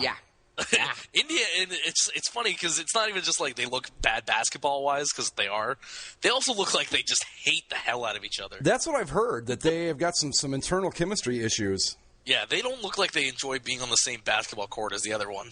I've also heard that Atlanta matches up with them well, which might be part of why the series is tied, but Atlanta still isn't a great shooting team. I think they only shoot like 35, 38%. No. Maybe 40, but that's the thing, and especially in the Eastern Conference of the NBA, the number 8 seed, right? They should have no trouble with the number 8 seed in the East. Come on. Yeah. 8th seed in the East is like what, the 12th seed in the West? At best. It's bad over there. But this is a dumpster fire of a conference. You know, I thought going back to Atlanta that Indiana was going to lay down, and they only won by 7 points tonight. If Indiana manages to move on, they're a second-round sweep. Well, in the second round, we already know who their opponent would be. The Washington Wizards. The Washington Wizards, who looked very good. Yeah. Dominated. They looked very good. John Wall looked great. Bradley Beal looked great. And you know what? Go ahead, Mike. I think I'm one of the few people who actually like the Washington Wizards' current uniforms. So go Wiz. They're way better than what they used to be. That's for sure. But they look better, at least trying to be kind of the Bullets. Yeah. Well, I think they should change their name back to the Bullets, but that's just me. They would never do that. But I just want to throw this in really quick. Has a championship window ever closed as quickly as Chicago's has? In the NBA, I mean, if you think about it, like, was it a year or two ago? They were, like these guys could beat the Heat. They might win, and now, Derrick Rose went away. Yeah, God told Derrick Rose to go away. Right. Thank you very much. Right, and they just looked. Yeah. I mean, they went from championship contenders to getting knocked out 4-1 by or knocked out by Washington. Right, the freaking Wizards, man. Yeah. Yeah, I never thought the Wizards were going to make too much of themselves, and here they are now. But, that's surprising. And, I mean, Mike, your Toronto Raptors. Look out. Northern Uprising. I mean, they had a 22-point lead in the third quarter, only to win by 2 points. It doesn't matter. Got the W. Got the W. Giving out these horrendous T-shirts, We the North. I thought it was We Be North. No, it's We the North. We the North. We be North is better. World be free. We the North is stupid, but Northern Uprising kicks ass, and that's what I'm rocking. Northern Uprising. I think when do they play Game 6? Oh, who knows? There's like 5 days between games. That's the thing about the NBA playoffs that drives me nuts, is that there's so many, they're spread out so damn far. Because they're not like the NHL where they'll put a game on CNBC or occasionally put one on the NHL. Well, no, they put games on NBA TV. Yeah, there was a play. I think Clippers and the Warriors were on NBA TV the other night. Oh well, yeah, maybe. I saw it here because local team. The Clippers, obviously catching the imaginations of everyone. Are they really? We'll talk about. Yeah, we'll get to that in a little bit. About the Clippers in a little bit. But Toronto, decent. Number 3 seed. But here's the thing: they get to play in the next round the Heat. Yeah, and of course the Heat just hot knife through butter on the Bobcats. The Bobcats. R.I.P. Charlotte Bobcats. Well, we now live in a world where the Charlotte Hornets now read. I don't like that at all. I like the Bobcats. I think I'm one of 2 people in the world who liked the Bobcats identity. I'm going to miss it. The Bobcats went out with a whimper. Miami just clubbed them like a baby seal. What do you guys notice that's odd about these playoffs? All these series are too tight. No, there is no Boston Celtics. There is no Los Angeles Lakers. No New York Knicks. Not even a Detroit Pistons appearance. Yeah, it's like it's just weird that you've got and teams that and I don't follow the NBA that closely, so they may have improved over the past couple of years. But Charlotte, Washington, that's a product of the East being terrible. Yeah. I mean, I'd almost say the Knicks I think ended up like a game and a half, maybe 2 games out behind Charlotte. Yeah, that team's a mess. And so I have something in my tabs, but apparently people were like, "Well, Knicks fans, they're mad because they thought that they could have made it into the playoffs and they could have had a chance." No. If you are a truly horrendous basketball team if you couldn't make it into the playoffs in the East. Right. I mean, that's what I'm saying. How bad are the Boston Celtics if they couldn't make it into this field of 8? Well, I think Boston finished like second to last in the East, if I'm not mistaken. Yeah, they'll grab a lottery pick and then we'll be right back to being the Celtics. Same with the Lakers; they're right down there too. I heard this was the first time in like 20 years that the Lakers and the Celtics both were not in the playoffs. This is the first time ever where the Lakers, Celtics, and Knicks weren't in the playoffs together. Okay. I'd almost be excited about new blood if deep down in the pit of my stomach I didn't know that the Heat are just going to win it anyway. So the only shot really to knock them off would have been Indiana, but Indiana's got to get past. They got to get past Atlanta first. Indiana's got to get past themselves right now.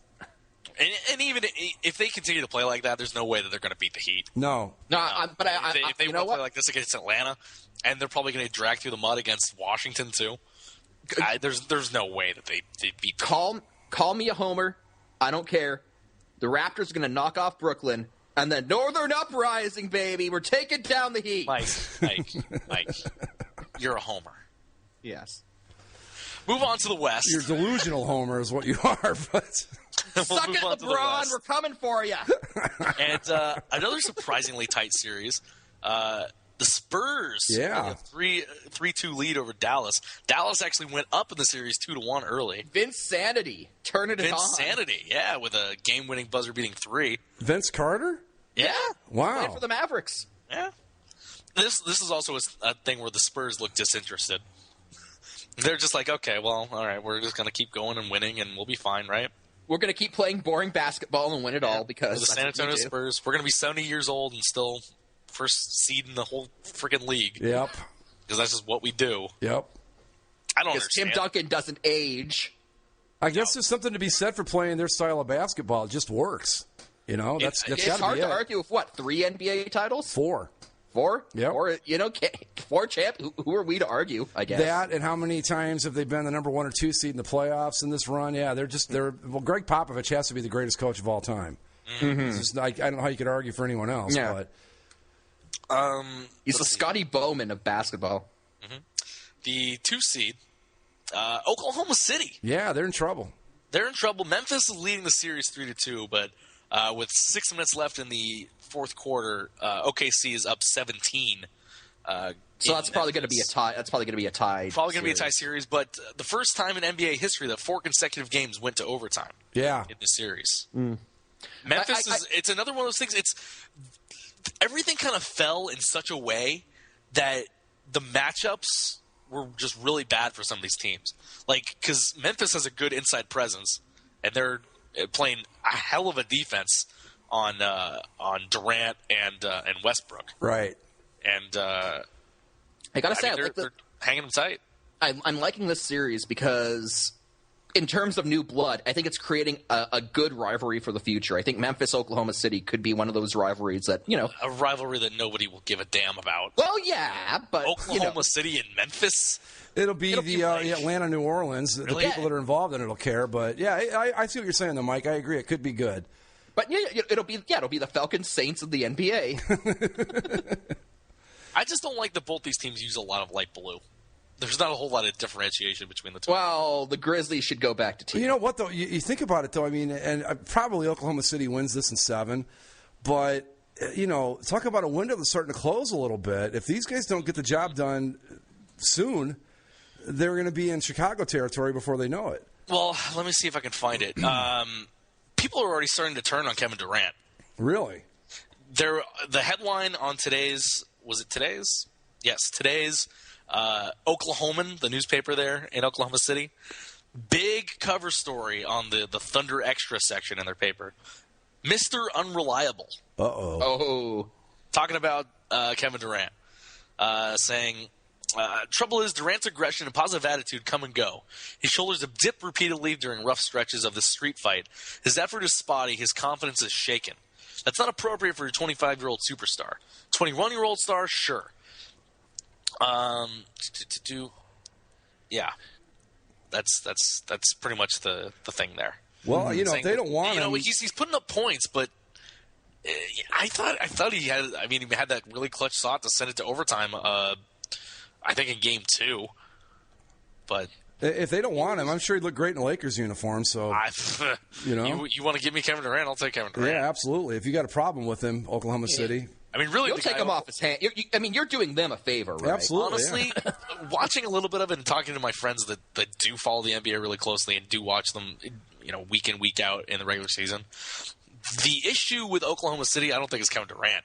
It's Russell Westbrook. Yeah. Him and Durant don't gel as well as other pairs of stars do. Well, that's the thing with those two. Russell Westbrook's made it abundantly clear that he wants to be the alpha dog. Right. And I think in 3 of the games in this series, he's actually taken more shots than Durant. Yeah, but that's Durant's outscored him. That's what I mean. It's not necessarily a good thing. No. And I don't know that if Oklahoma City might not be better off saying, okay, Russell Westbrook, go ahead. We're going to, get rid of him and bring in somebody that's more apt, a more pure point guard than what you've got right now with Westbrook. Would be what I think. It couldn't hurt anything, but they should have. What they should have done is they should have kept James Harden. Yeah. And they shouldn't have traded him for a bag of balls. But yeah, the Thunder, another team where their window's closing quick. I mean, they're probably going to be good as long as Durant's there. Yeah. But they're just another thing with them that they just don't gel properly. Right. And I guess some people are saying that if they don't make it out of this round, or even if they don't make it out of the second round, they might fire the coach there, Scotty Brooks. I think getting rid of Westbrook would solve a lot of their problems. I agree. There it is. NBA.com. It was kind of like going way back. It was kind of like when the Lakers had Magic and Norm Nixon. I mean, eventually one of them had to go, and Norm Nixon went away, and the Lakers ran off 5 titles. So 4 without him, but anyway, it helps that you have Magic Johnson and James Worthy and Kareem and Michael Cooper and this is true. Kevin McHale. Or not Kevin McHale, Kurt Rambis. Kurt Rambis. I'm thinking Rambis, clothesline McHale. Boy, did he ever. Oh, did he? But anyway. There's nothing like the 80s NBA. It was the greatest, man. That was fun. I was there. We'll save this one for last. Portland and Houston. This has been a fun series, back and forth. Portland is up 3-2 in the series. Houston clawed back into it with a 10-point win yesterday. The thing that's weird, it's I hate series like this where two teams have the same exact color scheme and they play against each other because it's like it looks the same all the time. And I forget, I think I don't have the graphic, but TNT put up like a graphic of one of those things like, who do you think will win the series? And they give each team a different a color that represents like what region of the country is voting for them. Mm-hmm. Well, they gave Houston red, and then they also gave Portland red. So the entire country looked red and pink. It's just like they couldn't give Portland black. No, they gave him red. I was just looking to see, and LaMarcus Aldridge is back for the Blazers. Aldridge is having a hell of a series. So I think he scored like 46. Scored 46 in Game 1. Yeah, I think it was Game 1. I'm looking at stats here, but yeah, I don't know.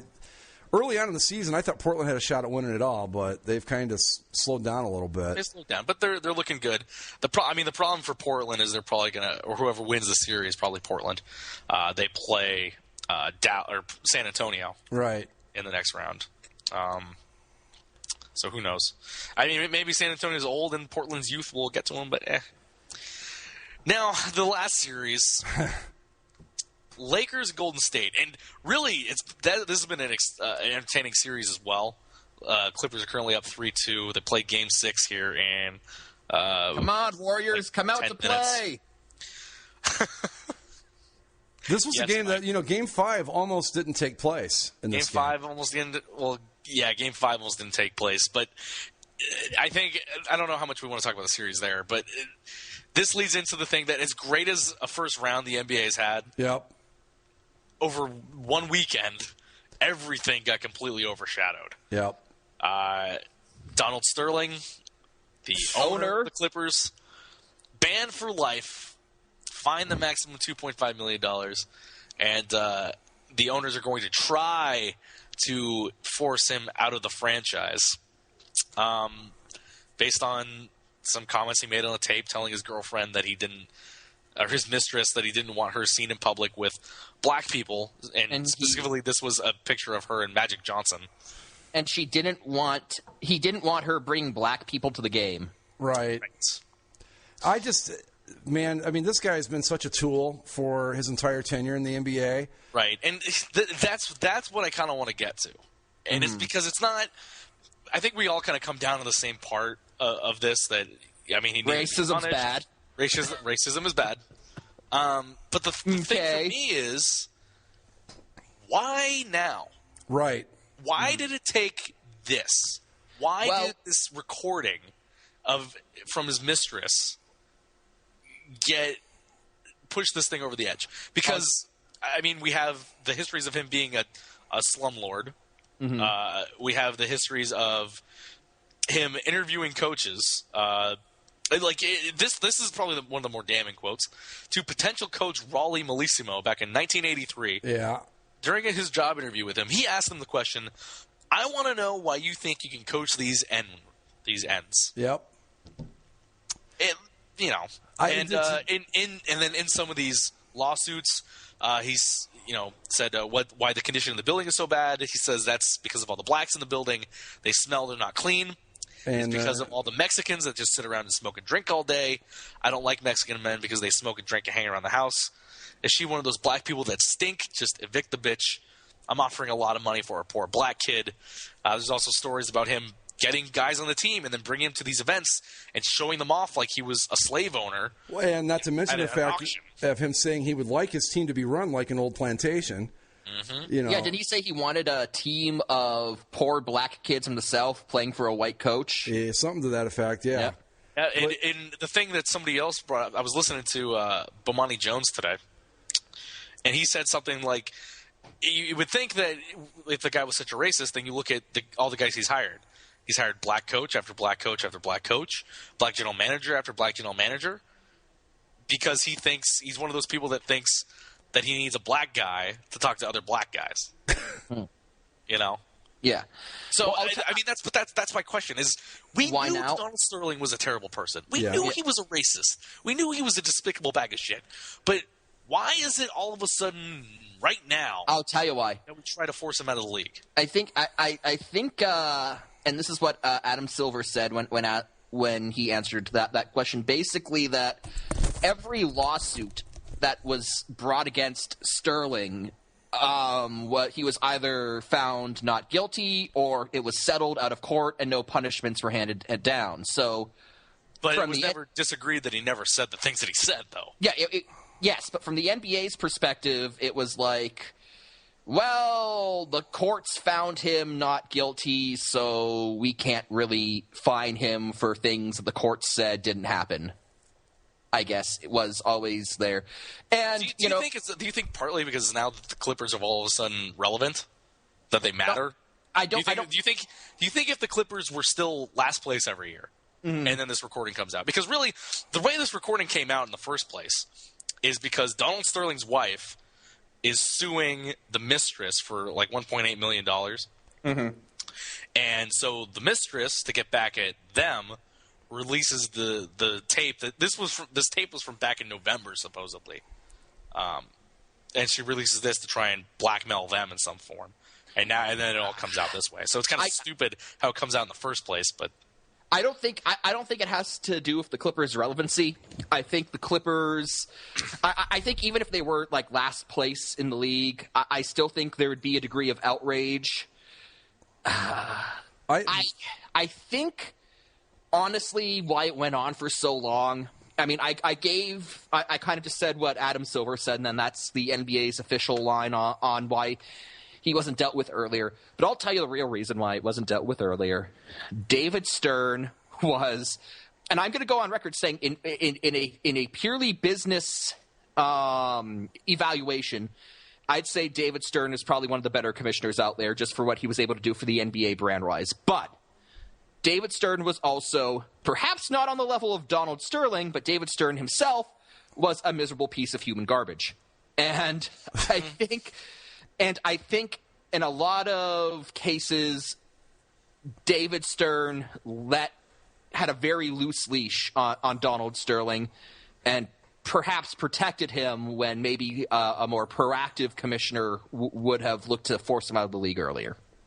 One theory I would put out there, too, is that in this particular instance, we have a tape that's on the internet now that's going to be played basically on an endless loop forever. Mm-hmm. And that might be the key difference here. And why now? Because this is not one they can put back in the bottle. This isn't one that they can PR their way around. This is one that it's right there. There's no getting around it. There's no denying it. And maybe that's why. But this guy, I mean, to be honest about it, he probably should have never owned the team in the first place. Yeah. Okay, can I just say what a lot of people have been thinking over this whole thing? Why the hell would a racist buy why would a racist buy a basketball team? Because he wants to feel in control. He owns black people, essentially. I guess. And that's another thing I want to bring up.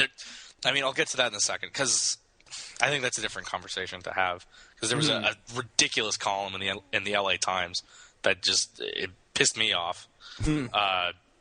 But I guess the other thing is with the recording itself. Now that the recording's out there, I at first when you hear all this stuff, it kind of washes over you, and you don't like it, and you hear all this stuff. But the thing that I don't like, I mean, as a journalism student, that recording could never be used in a court of law. No, because if it was words spoken in the privacy of his own home under the illusion of privacy, and he didn't know he was being recorded. But by all accounts, like in the court of public opinion, everybody's heard it, and we know that it's him. He's confirmed that it's him. But when they go to court for this, because we know they're going to go to court for this, the tape itself is inadmissible. So I read a couple legal columns. The ban might be able to stay based on the bylaws, but I don't think we're going to force Sterling out as the owner. No. That's not going to happen. From what I understand, I was under the impression that he was aware that he was being recorded. That's what I read one place, but I haven't seen it anywhere else. So I'm not sure about that. I mean, if he knew he was being recorded, then that changes everything, and then the hammer. Well, now he's just a dumbass. Yeah, because now he's more stupid than we ever gave him credit for. Right. But if he didn't know, and this is coming out there, the public opinion stuff sucks. And based on some of the NBA Constitution is confidential, but to defend their actions, they released the parts of it that relate to this. And based on this, his name's Michael McCann. He's the sports law writer for Sports Illustrated. Mm-hmm. He broke it down as saying that the suspension and the fine perfectly legal because there's a conduct detrimental to the league thing, right? Which that this is obviously detrimental to the league. But the problem is in the part of the Constitution where the owners will be able to force somebody out, it has nothing to do with conduct. Most of it is all financial impropriety stuff. Well, they could not probably being able to make payroll or something like that.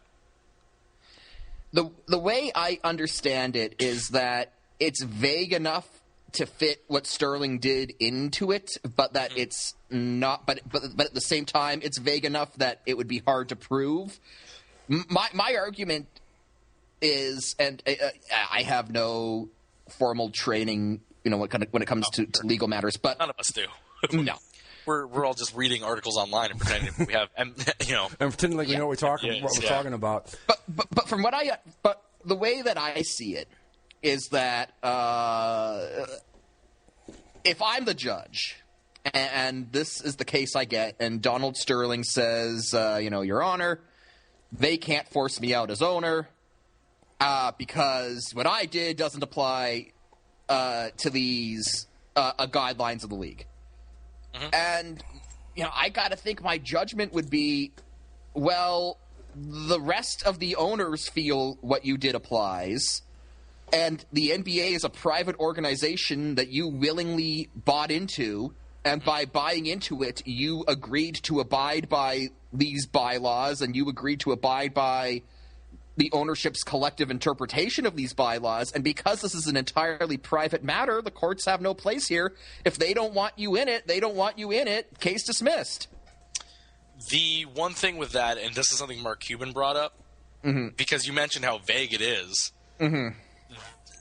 If I think the longer some of these owners think about this, the more they probably may not end up doing it. Because they're going to do it. The PR disaster for not doing it would be. I know huge. that, but here's my argument against that. Is since it's so vague, Mark Cuban said that it would set up a slippery slope, or that if the owners, if for whatever reason in the future, the owners all wanted to gang up on another owner and get him out of the league for one reason or another. Of course, Mark Cuban is worried about this. Well, exactly. But this would, in turn, allow them to end up doing that. Exactly. It would, but at the same time, again, it comes back to PR. Like, could you imagine if it's reported that the owners didn't vote Sterling out, or that it's reported that they did, but it was close, and that there were a couple teams that didn't? Well, yeah. If it ends up being like 28-1, yeah, who's the one guy? Yeah, and it comes out, and again, I'm not trying to assign sentiments to anyone, but for the sake of argument, let's just say that it comes out that, Orlando voted in favor of keeping Sterling in. That's going to be a public relations shitstorm for them. So the reaction to that would be, wait, Orlando still has a basketball team? Well, but that's the thing. Here's the thing, though. They can all vote for him, but I don't know if it's going to stand up in court. To be perfectly honest. There are a couple things I wanted to talk about with this. If they force him to sell the team, while that will be viewed as a punishment, this is a team he paid $12 million for, and he's probably going to make about $570 million in the sale. Right. Some punishment. Secondly, if you could say, okay, we can't force him to sell the team, but because of the PR disaster and all that, no one's going to want to play for this guy. And it's going to become a laughingstock. Well, guess what? He doesn't have a problem with that. He's proven that for years. Right. He doesn't care. So I don't know. The NBA is they're in a real tough spot with this because. But here's the ban would still uphold. So he would own the team. His name would be on the checks, but he couldn't have anything to do with them. At that point, he wouldn't be having any sort of say in the team. But but that's what I'm saying. I mean, if people want to look at it as like, okay, he can keep the team, but they're going to be a disaster. He doesn't care. It's just and really, God, this bugs me now that we have the ability to look back on it. If it wasn't for David Stern putting Chris Paul on the Clippers, Yeah. the Clippers would be the same old Clippers. Well, that's another thing, too. I mean, again, with this guy's track record, why you stop a trade to the Lakers, and again, this might sound like a homer talking, but you stop a trade to the Lakers and you're allowed to go through to the Clippers. For quote-unquote basketball reasons. Right, and like Mike said, Stern let a lot of this stuff just slide by. Mm-hmm. And obviously, New Orleans much better off with the garbage they got from the Clippers than the garbage they were going to get from the Lakers. Garbage that included Pau Gasol. But whatever. But I don't know. The whole thing is just a complete, absolute clusterfuck. There's no way around it. Mm-hmm. But on the topic of Sterling making at least $500 million off of this thing, I mean, there really is no way around it. Even if he shocks the world and decides not to fight this, and that's the league sell the team. Even in that, at the end of the day, you can't take someone's property away from them, right, without compensation just because they're a racist douchebag. Oh, absolutely. I mean, and that's the reason why I think Sterling may just end up. He can fight this if he really wants to be the uber douche that he probably is. That's the thing. Double down on douchebag. Right, exactly. But at the same point, he could very easily just say, "Fine, I'll take my $500-600 million and go home." I don't know. What doesn't kill me. He's just so pathetic at so many different levels. Mm-hmm. You get this 85-year-old guy with this. How old is that girl? 25, 30? I think 32. But I mean, he just it's. I think he's 84. The conversation while and he doesn't even care. It's not even like a secret. He's not even trying to keep it on the down low. Well, him and his wife are estranged currently. Yeah, but they're not divorced. The point is that yes, the racist part of it was just vile and repugnant. But there's also the part that he's like, I don't care what you do, sleep with whoever you want, blah, blah. I mean, it's just such a – I don't understand how a guy with the kind of money and power he has could let himself become so freaking pathetic, Not to mention the fact that he's a racist and everything else, but that's the problem with this guy is that he is so completely tone deaf that I could see him fighting this, and it's just going to turn into a nightmare. Because he's not going to just go quietly into the night, although that would be the smartest thing he could do right now, would be to say, you know what, Magic Johnson, you want to buy my team here, write me a check, I'll take it, and you'll never hear from me again. That would be the smart play. Side note, I don't want Magic to own the Clippers. I don't either. I don't. I don't at all. Weird. I don't either. What if Magic Johnson buys the Clippers but then just changes their name to the Los Angeles Lakers too? I mean, they practically are. They're just red and blue. Yeah. Yeah, but anyway, it's just going to be a mess, and I think that I like that Adam Silver moved quickly on this and did what he did. That's great. Adam Silver just became like everyone's favorite commissioner from the Big Four. Yeah, right. He brought out the Roger Goodell hammer, man. I mean, he didn't mess around, But God. No, it's very impressive to see him do it. And it was very impressive because, as I said, Stern pretty much let Sterling get away with anything. Everybody did. Everybody did, but here's the thing: Adam Silver was Stern's like second in command. So the consensus is, Silver's just going to be more of Stern, but he kind of took a big step by saying no. We're going to deal with this. So. Well, I mean, there was really nothing else. I mean, that had to be the response to this. There was no other way. Mm-hmm. You couldn't say we're going to ban him for 5 years or whatever. He had to go because of the record. But like Zach said, why now? Why not back with the Elgin Baylor thing? Why not? I mean, there was so much evidence of this up to this tape. Mm-hmm. I agree. I mean, what makes this special? What makes this different? Well, the other thing that was brought up today about Stern in that Bomani Jones interview I was listening to, which if you could find it, it's a very good interview.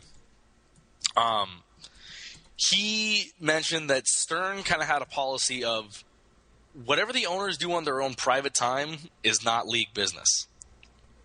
So basically, Stern, if Stern would know about this stuff, but just say, it's has nothing to do with basketball or the basketball team or how it's run. So whatever. But now we're in a position where because it's in public, it's damaging the basketball. Right. Like they're losing. It's also sponsors. a different time. Yeah, it's a different time. Mm-hmm. If this stuff happened in the 80s, would people make this big of a deal about it? Probably not. Even in the 90s? They would, but there wouldn't be the outlets for it to become the Exactly. firestorm that it's become. Right. And it's just, I don't know. Like I said, I don't know what to say about it. I mean, I've known this guy to be a complete tool all the way back to the 80s. He was a punchline. It's just, good riddance. Hopefully you can get rid of him completely without it becoming a circus, because that would be the best thing for the league. Mm-hmm. But I also, having watched Donald Sterling operate for all these years, that's whatever the right thing is the thing that he will not do. That much I'm sure of. Yeah. Yeah, it's not going to be pretty. No. I mean, the smart thing is the smart money says, like, Donald, nobody likes you. Shut up. Let the league sell the team and pocket like $500 million and just go away.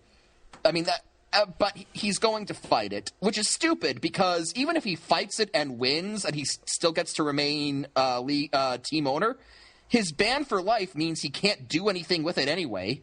So from his perspective, best case scenario, he gets to be an owner with no influence. So why not have no influence and have $500 million in the bank? Well, here's a question for you guys. If you're a player, okay, and let's say that the ban's in place, okay, and he ends up not selling the team.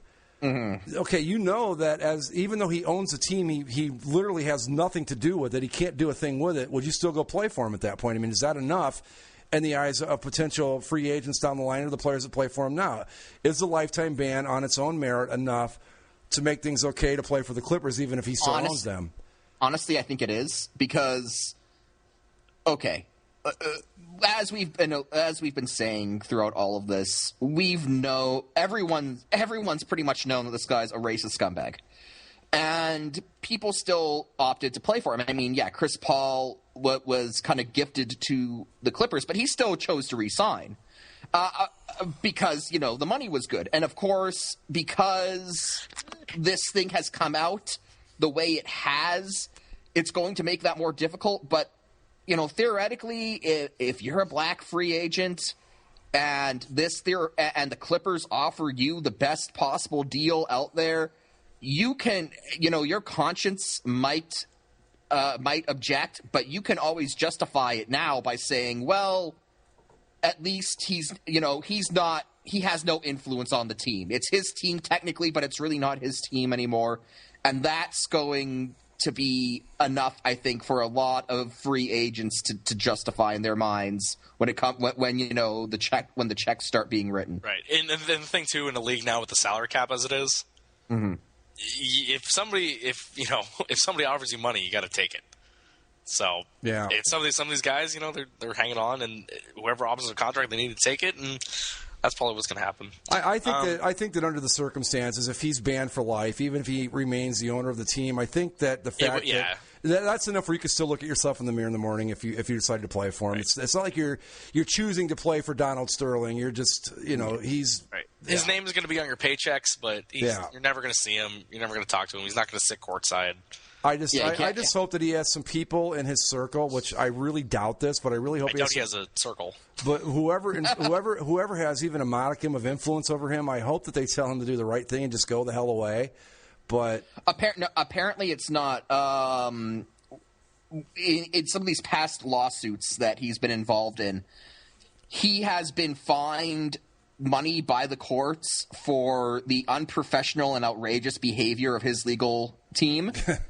So apparently his legal team's stacked of jackasses just like himself. Great. So if I were a betting man, his legal counsel is telling him, double down on the douchebag, Donald. Double down on the douchebag. But the sad thing is, and Zach brought this up right at the beginning, is that the NBA, for the first time in a long time, the first round of the playoffs are actually interesting, and it's getting overshadowed by this nonsense. It's just kind of a shame, really. And, and this was the other thing that Bros brought up. You know why this thing gets to be such a big deal, too? Is when something has a high-profile case of racism pops up like this, people are in a race to be the ones to run as far away from it as possible. Yeah. And as quickly. And so everyone, it's something dealing with the NBA. It's something dealing with the team in Los Angeles, the Clippers, who are a big topic conversation. So everyone feels the need to say first, hey, well, I'm not racist. This is bad. And so everyone gets in on it. All the writers, the broadcasters, the people on Twitter, everywhere else, message boards, wherever. And there's a race to be the most outraged by it. I mean, it's, like if you're not outraged enough, then you must be a racist. If it doesn't just sicken you, you must be a racist. But I'll admit it. I guess because I just knew his history and stuff. Right. I think it was awful, but I wasn't shocked. Right. I don't sit here appalled by it. I mean, I don't like it. Don't get me wrong. Right. And that's one of the reasons why I wanted to ask why. Because, didn't we all know that he was a terrible person? You basically got up yesterday morning and told me, hey, guess what? Today's Wednesday. Tomorrow's going to be Thursday. It's like, yeah, I already knew all this. It's just like it's like we decided all of a sudden, well, okay, I guess it's time to finally suspend him for being a racist. Right. Well, ultimately, and we can throw out all the theories we want. At the end of the day, it's happening now because everything else, it was never public. I mean, the lawsuits happened, and if you paid attention to the news, you'd see that they happened.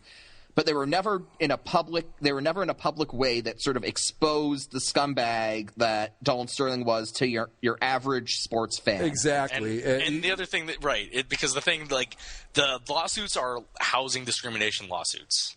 Those get published in maybe the local news section, maybe in the business section. No offense to the fine practitioners of real estate law, but, Right. But when somebody comes out and says, hey, Donald Sterling's mistress has a racist recording of him and it's on TMZ, then all of a sudden everyone's like, oh, my God, this is scandalous. So really, when you break it down, what he said on the tape, while awful, wasn't even the worst thing he's ever said. No. No. That's what's kind of absurd about it. Asking a potential head coaching candidate, how are you going to?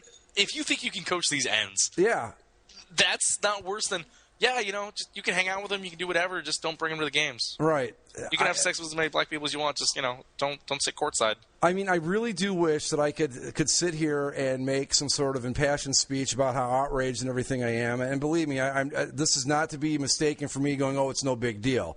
It's absolutely a big deal, but I just don't get why this is different from what he asked Raleigh Massimino back in 1983 or what he did to Elgin Baylor or anything else. And I guess it's just, my shock button when it comes to Donald Sterling is just worn out. Simple as that. I've got some passionate things I could say about Donald Sterling on a number of subjects, but I will refrain from such. Oh, go ahead.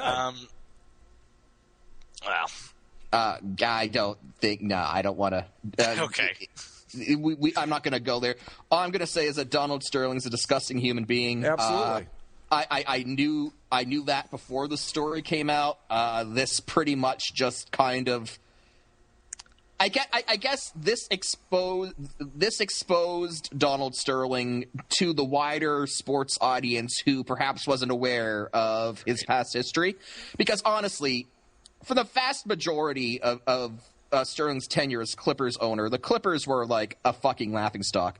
So, right. The people owner of Donald Sterling for is just being owner that does not give any shits. Team. So back a couple of years back, owner of crappy basketball team sued over, housing discrimination lawsuit. That's not capturing anyone's attention.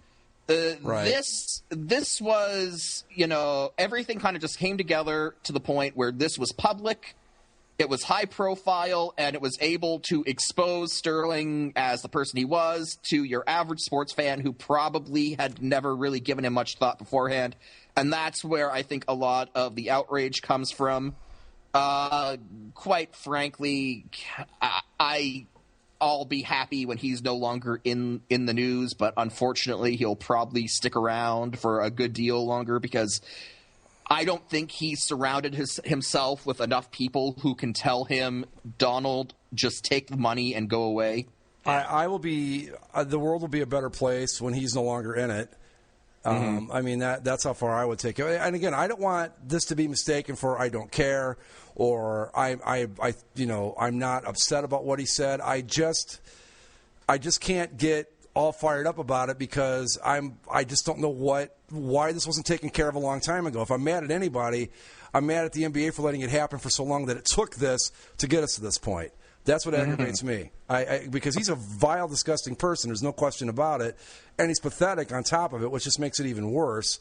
But I just, Have you guys heard about the other potential ownership group aside from Magic Johnson? Oprah? The one with Oprah? That'd be David great. Yeah. Yeah. Free cars for everybody. That would be fantastic. Basketball team. You get a basketball team. She just basketball team. just starts giving fans like D-League teams. On today's show, everybody gets a developmental league team. Yay! But I guess I just want to bring up one thing. I just want to bring up one more thing on this whole Donald Sterling thing. Seattle fans, shut the fuck up. Yeah. Okay. They're not coming to Seattle. The Clippers aren't coming to Seattle. When Sterling is finally gone, one way or another, they're going to sell. They're going to sell it to someone who keeps the team where they are. Because as stupid as playing in the Staples Center is, they make a lot of money doing it. Right. And if they were ever going to move, the farthest they would ever move is to Anaheim. Right. Yeah. And even that's unlikely to happen. Yeah. Yeah. So it's they're not moving. They're not moving anywhere. They're not moving to Seattle. It's not happening. Please be quiet and wait patiently for the Bucks or someone else. I was just going to say you've got a better chance at the Seattle Bucks than you do the Seattle Clippers at this point. Yep. The only last thing we mentioned it earlier. There was a column in the LA Times about Donald Sterling, and the writer put in her lead of the story, it's time to retire Donald Sterling. Let the real estate magnate and Clippers owner take his millions and buy a hockey team. Then he won't have to worry about black superstars showing up for games on his girlfriend's arm. Wow. As if to say black people don't like hockey and racists are okay. Wow. Except for the fact that in the LA market, there's Emerson Edom, Devontae Smith-Pelly. Wayne Simmons used to be a King. Yeah. He now plays with Ray Emery. Right. I'm watching PK Subban Jerome on TV. Jerome Iginla. Yeah. And you know who's a really big hockey fan and is in LA and goes to Kings and Ducks games? Cuba freaking Gooding Jr. He loves hockey. Oh, he has a stall at the Kings practice facility with his name on it. Man, I mean, see that. If there's one thing that's even worse than and I'm not accusing everyone of this, but it does happen, the foul outrage that people are in such a race to show, like you said, Zach, they want to get as far away from it as they can and show how bad it is. It's the idiots that come along and try to go, it's not that big a deal. Get a hockey team. There are no blacks. I mean, come on. Well, and see, if somebody was racist and they wanted to own a hockey team, I think if somebody's racist against blacks, they're probably going to be equally as racist against Slovaks and Russians. Right. Yeah. Canadians. Yeah, those dirty Canadians. Syrup swillers. Well, and there was Anson Carter as an analyst as an NBC. Huh? Yeah, I mean, come on. Yeah. Grant Fuhrer. Grant Fuhrer? Yeah. Grant Fuhrer, one of the greatest goalies of all time, for God's sakes. I don't know if I'd go that far. I would. He's in the top 10, maybe. Okay, that's good. Okay, point being, although, okay, I'm trying to. Okay, Donald Sterling. How about this? Donald Sterling, owner, Arizona Coyotes. Oh God. Do we make it happen? No. Yeah, come on. Let's make that happen. Well, I mean, he can move to Arizona to retire forever. But I think he'd fit. I think he'd fit right in with Glendale. I think he should move about 100 miles west and retire. He'd fit in Sun Lakes. He wouldn't fit in downtown Glendale. I will tell you from experience. Well, breaking news, by the way, from the New York Post. So, grain of salt, perhaps, but Donald Sterling possibly diagnosed with cancer. Yeah, grain of salt, indeed. You sure you didn't read that wrong? That Donald Sterling was diagnosed as a cancer? I'll link you guys to the story. But yeah, so maybe he dies and we don't have to go through a long court battle. Let's see. I think we're going to have that anyway. Yeah, like I said, he's not going to go quietly into the night, although that would be the smart thing to do. But over-under on how many people show up at his funeral. Oh, there'll be a bunch. Oh, yeah, there'll be a bunch. I mean, let's be honest about it. He's not the only old white guy in the NBA. And old white guys. I'm sure there's plenty of racists in the NBA. Sure. They just don't tell anyone about it. They just don't make tapes of it. Right, exactly.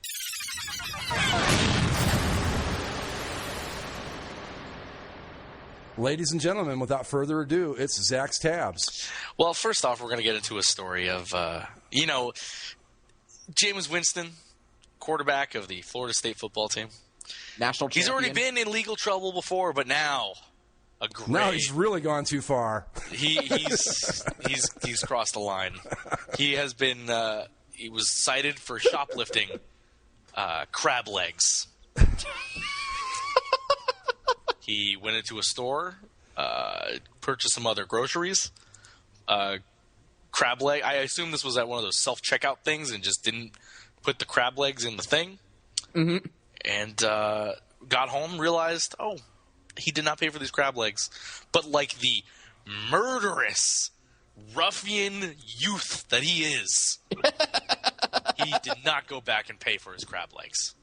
Well, he has been suspended from the baseball team. Like I didn't even know he played for the baseball team. Oh yeah, he's a pitcher.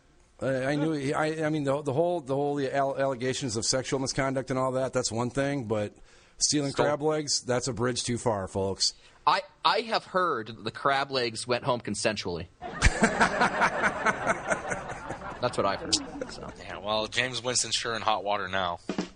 I heard the crab legs are told this is a football town, so be careful. Free seafood university. Do we have any more? So when you say hot water, is that the hot water that he used to boil the crab legs? Yeah. Yeah, that's what I was getting at. Wow. Okay. So let's take a vote. Do we believe him? Did he just forget to pay for them, or did he steal them? No. I don't care. I mean, come on. It's crab legs. It's not like he's stealing gold watches. It's crab legs. You have crab legs, Jameis? That's what you're gonna go out and steal? You can steal like filet mignon or something. Crab legs are delicious. They are. Delicious. Yes. Crab legs. But like he forgot. You got a bag full of groceries and you got giant pink crab legs and you just forget. No, that doesn't happen. Here, gentlemen, check out what a store in, I believe it was Alabama, did with the crab legs. Oh, Alabama's got an axe to grind with Mr. Winston. Jameis Winston King crab legs. Cute. Witty folk down there in Alabama, huh? Hey, we're going to make a funny. What if we named the crab legs after that Winston fella? Jack's Food Brand, Eva, produced this amazing piece of merchandise. I got news for you, sporting news. It's not that amazing. But wow, they're expensive. That's $20. Yeah, he stole them, no doubt about it. You got to read carefully on the packaging to even see that. Yeah. But whatever. Okay. Hey, you know what? It got them publicity. Yeah, sure. So are there not options on FSU's campus to eat that, he's got to steal some crab legs? I don't understand. And maybe he just wanted to treat himself. To crab, but without treating himself, because doesn't that imply paying for it? It's just details. Semantics. I mean, don't get me wrong. I appreciate crab legs. They are delicious. Absolutely. But, I prefer them to lobster, actually, myself, but that's just me. That could make for an interesting discussion on a future episode during those summer months when we've got nothing but baseball. But speaking of baseball, I've watched hardly any baseball because of these damn hockey playoffs. Well, you guys, look at what you've done to me. Look at what you've done. An Angel team that can hit the ball, throw the ball, can't get anybody as a starter, out. But they can't get a bullpen. But they were over. They got over 500 yesterday for the first time since opening day of last year. This could be good if they had a bullpen. But God, I tell you, listen back to that baseball thing. It's like, wow, did we really miss the mark on a few of these teams? But that's beside the point. Yeah, you're a month in. Let's slow down. It's still early. I still stand by my pick for the Angels to win the West. Watch it all happen. They're only like 3 games out. I just want to, like I said, I just want to point out that this is what you guys have done to me with this hockey thing here. The baseball freak of the show by a long shot I could, honest to God, right now, could not tell you who was in first place in any division in baseball. I have no I idea. can tell you, No You're idea. going to have months after months I of know. free time I to know. watch as much baseball as you like. Well, that's the sad part is I don't even miss it. Oh, God. Trust me, early season baseball, I just can't. Next thing you know, Zach's going to have, Greg obsessing over the standings in the Premier League, and it's just going to be. Nah, let's not get carried away here. It's getting down to crunch time with the Premier League, guys. You know what? What happened? Slim margin against Chelsea. The other night, after the hockey game went off, there was a soccer game that remained on my television because I just was in the other room, and something happened in a game. I believe Liverpool was involved. Yeah, Liverpool lost 2-0 to Chelsea. Yeah. and made that race a little tighter. That was by like the a way- big deal, right? Yeah. Okay. By the The two way, teams that are fighting for the title. the TSN guys who were covering Chelsea, that Chelsea game, they wouldn't shut up wouldn't shut up with Chelsea dagger jokes. That's almost as funny as Jameis Winston crab legs. It's like will Chelsea put the dagger through Liverpool's heart? Oh. Like, no, okay. Yeah, not so much. So, But that's our soccer talk for the next 6 months. No, not in the 6 months. World Cup's in like 2 months. is it still possible to get one of those Hershey's Stanley Cup things while we're talking about stuff? I was actually going to bring that up to you guys after the show. I bought 2 of them. Beautiful. They're in my fridge. All right. Zach, aren't you excited? I'm jealous. Why? You're going to get one? Yeah, I bought 2 of them for you guys. I'm jealous of the prospect. I'm jealous of the mailman that has to hold it. Let's see. Oh, what a save by Rask. I'll see it here in about 20 minutes. There was a couple of surveys done by the 538 website this week. And so this is a question I have to ask you, Greg. Uh-oh. You're in the great state of Ohio, correct? I am, unfortunately, yes. Would you identify yourself as a Midwesterner? Yeah, absolutely. Well, that question was asked to a bunch of people that make up the General Census Bureau. They've broken up the country into different regions: West Coast, Mountain States, Southwest, and Northeast, and then you have the South and the Midwest. And they were trying to see whether people in the Midwest, what actually is the Midwest? Because it's kind of a general region. You want me to tell you? Yeah. What are the states that you consider to be the Midwest? Ohio, Indiana, Illinois, Michigan, Minnesota, Wisconsin, Iowa. What about Iowa? I just threw Iowa in at the What end. about Missouri? And Missouri. Nebraska? No. Kansas? Great Plains. Nope. North Dakota, South Dakota? Nope. Great Plains states. Okay, because let's see. They did a survey of... If you want to get downright technical about it, it's Ohio, Indiana, Michigan, Illinois, Wisconsin, and you could probably stop right there. Kentucky? No, that's West the South. Virginia? No, that's the South. You think West Virginia is the South? Yeah, absolutely. Have you ever been there? I mean, I don't know. Well, there's actually that's the 2 surveys. One was because people know, like the Northeast. You could if I asked you what the Northeast was, you could tell me what the Northeast is. You could tell me what the West is, right? Well, it depends. What do they consider the Northeast? Because a lot of people think like Maryland and Delaware, but I don't think of them. According to the Census Bureau, Maryland is in the South. Yeah, but I would put that in that weird nether region where they're not in either. Delaware on up is the Northeast, according to the Census Bureau. Delaware and Maryland are right next to each other. Right, but I'd consider Delaware and Maryland, and I'd even throw in Pennsylvania as is Mid-Atlantic. Right. Yeah. I would throw in like Virginia as part of And Virginia, yeah. Yeah. Also, you could make the argument that Western Pennsylvania is kind of part of the Midwest. Yeah. But this is so they did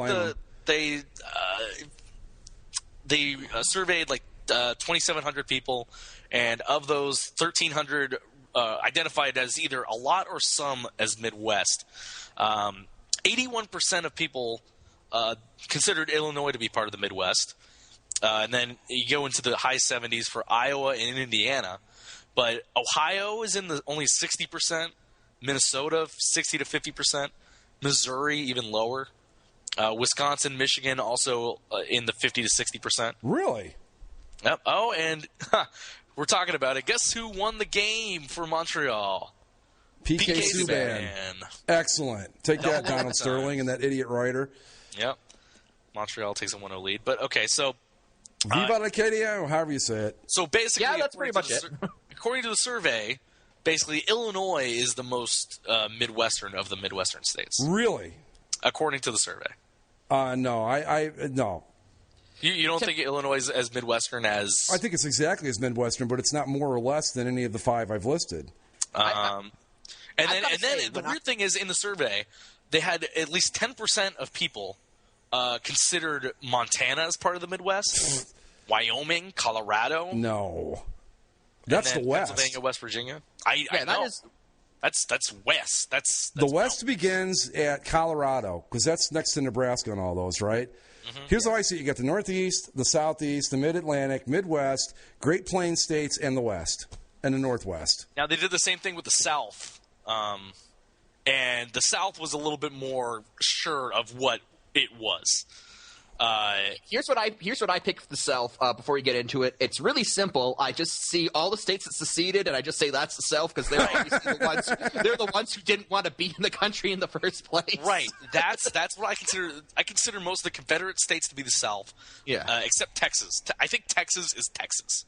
Yeah, Texas is its own thing. I agree with that. I'm convinced that if the South would have won the Civil War, Texas would have seceded from the Confederacy within 10 years anyway. Because Texas, for the hell of it, Texas nah, we're going to do our own thing. That's wild though, because I don't think of the. I think it's we've got all the regions and Texas. Texas is its own entity in my mind. Yes, it doesn't fall into any of those. No, but so the 2 highest states were Alabama and Georgia, both about 89-90%. That's about right. Right. Wait, wait a minute. 10% of the people in Alabama don't think they're the South? They probably just think that we're Alabama. Man, they are really dumb down there, aren't they? Those are the hardcore Auburn and Tide fans who just can't see anything besides Auburn and Alabama, University of Alabama. More than 80% said Mississippi and Louisiana. Fine. And then the 60%ers are South Carolina, Tennessee, Florida, and North Carolina. I'm surprised Florida got up as high as 60. Right. See, I don't see Florida as one of those things that's... They're like Texas. It's part of the South, but it's not... Like, if you were to say the South, maybe the Panhandle is part of the South. But South Florida, no way. No. Let's see. Florida and Texas are their own actually, things. Texas got 57%. As the rest South? was... As part of the South. Texas is in a completely different culture. Right, it's in the southern part of the United States, yes, but Texas is Texas. I can see like 57% said, "Oh yeah, we're part of the South." The rest said, "No, we're not part of the South. We're Texas." Exactly. Yeah. Then you got Virginia, Arkansas, Kentucky are about 50. Maryland, and this is interesting. Maryland, according to Southerners, is only it only got 6% of the vote. Well, yeah, because ultimately they voted to stay with those dirty unionists during the Civil War. Here's the fun fact. Lincoln lovers, all of them. That 6% that they got is actually a lower percentage than Arizona and New Mexico. Oh, that makes sense. No one wants Arizona. Not even the Deep South wants Arizona. Well, no, that's what I'm saying. That Maryland got a 6, but Maryland got a 6. Arizona and New Mexico got higher than 6%. As being part of the South? Yeah. Wow, there are some really dumb people out there. I think some people were thinking like in geography, like yes, Arizona and New Mexico. Oh yeah, technically, yeah, south. Sure. But they're southwest. They're that big nebulous dirt patch. Here's how I view Arizona and New Mexico. Arizona is cowboys and suburbs, and then New Mexico is just Breaking Bad. So that's pretty much it. Yeah. There's Albuquerque and, well... Or as I've started calling it now, the ABQ. We got Albuquerque is really the only big city there. Santa Fe is like north of Albuquerque, and then you've got those little towns like Roswell and Gallup, and that's about it. Santa Fe is Truth or Consequence, which sounds like a place that a wrestler would be from, like a made-up place that a wrestler would be from. Okay, if I'm sad this was lower down because this is actually very interesting. Bloomberg Business Week, they actually did they did this research in these rankings to find who were the smartest spenders in sports in the year 2014. None of us. Are you talking teams, fans, players? Teams. What? Okay, teams. Each team is compared against the average price per win in its league to produce a score, which we call the efficiency index. The less a team spends compared with its peers, the lower the score. So it takes the amount of money, like the amount of payroll that's on a team, and how many wins or championships they end up getting. Like regular wins count for a certain amount, playoff wins count for more, and championships count for even more. So they ranked all 122 professional sporting franchises, and who was the smartest for the dollar? Basically, is what we're going for here. Yes, who spends their money the best when it comes to the four major sports? Mike, take a shot. You go first. I'm going to say Chicago because they have a tradition of being very thrifty. Which team? Oh, okay. It's individual teams. There is a Chicago team that is number one, and it is the Chicago Blackhawks. Blackhawks. Woo! Got first really? Number one most smartest spending team in all of professional sports, the Chicago Blackhawks. Wow. Okay. 2 Stanley Cups in the last 3 years. Yeah, that's true. A couple of conference finals. Let me think. Let me see. Number 2, who would that be? I'll give you a hint. It's Satan. The Detroit Red Wings? No. Boston? No. I don't know. Best fans of baseball. Oh, the Cardinals? Well, see, I don't see them as Satan like you guys do. So, well, I just can't. Their uniforms are so nice. Oh, fine, whatever. The Red Wings have nice uniforms too. They're still Satan. Now you guessed Boston. Boston is the next 2 teams. Red Sox? No. Not Red Sox. Patriots and Bruins. Yes. Okay. Patriots and Bruins. Number 5, baseball team that no one can give a damn about. Oh, man, let me think here. Arizona Diamondbacks. No. No. Team that nobody gives a damn about, but they're good. Texas Rangers? Tampa Bay Rays. You know, I would think that all things considered, they'd have to be number 1. I think the championships thing. Oh, okay. Because, I mean, they made the World Series that one time. But the Blackhawks have a couple titles. The Cardinals have a couple titles. The Bruins have a couple titles. The Patriots have titles. I'll just go down the rest of the top 10. Number 6, Miami Heat. Okay. Number 7, the Baltimore Ravens. Number 8, Greg, you're spending your money quite well. It's the Green Bay Packers. Okay. Number 9, San Francisco Giants. And number 10, the Texas Rangers. I almost guessed the Packers as number 1, but when you threw the championship thing in there, I figured they weren't there. I have the whole rankings. Do you want to know anyone in particular? Where are the Cleveland Browns? They've got to be at the bottom, right? The Cleveland Browns, out of 122 franchises, are 116th. Hey, can't even get that right. What, here, you want to do the bottom? Yeah, who's the bottom? Who is the worst spending team in all of professional sports? Dallas Cowboys. Cowboys. I would either go with them or the New York Rangers. The Dallas Cowboys are 66th. They're right in the middle. Where the Rangers are actually 47th. They're in the top half. Really? Yes. So who would be the worst? The Dodgers? They're from Chicago. The Cubs. The Chicago Cubs. Wow. Those poor bastards. It's a good thing Andy's not on this show anymore. I think we just would have heard a gunshot go off. 121. The northernmost franchise of professional sports. Edmonton Oilers? Edmonton Oilers. Woo, geography. 120 from the Beltway. Redskins. No. Nationals? Redskins are 115. Capitals. Nope. The Wizards. Wizards. Where do the Maple Leafs fall? Your Toronto Maple Leafs are 105th. Oh. What about the Indians? Hey, Mike, you want to feel bad about yourself? You're 105th. Yeah. You know who's 104th? The Raptors. The Jacksonville Jaguars. Oh, God. Oh, God. You're actually behind the Florida Panthers, who are at 101 also. Wow. That's got to hurt. Raptors are at 107, not too far behind the Leafs. At least they're in the playoffs. Where do the Pittsburgh Pirates fall? The Pittsburgh Pirates. I would think they'd have to be kind of up towards the top part, wouldn't they? They're 21. Yeah, okay. Because they do pretty well for what they spend. Mm-hmm. Let's see. Is there anything that's really interesting? Penguins are at 11. Saints are at 12.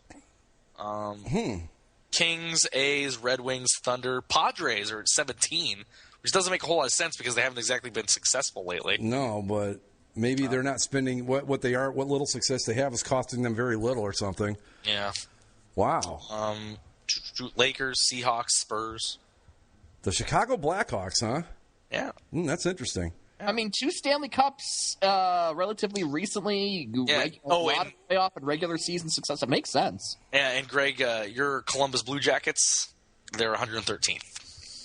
Well, I think also this is before this year. Yeah, I mean they. I think.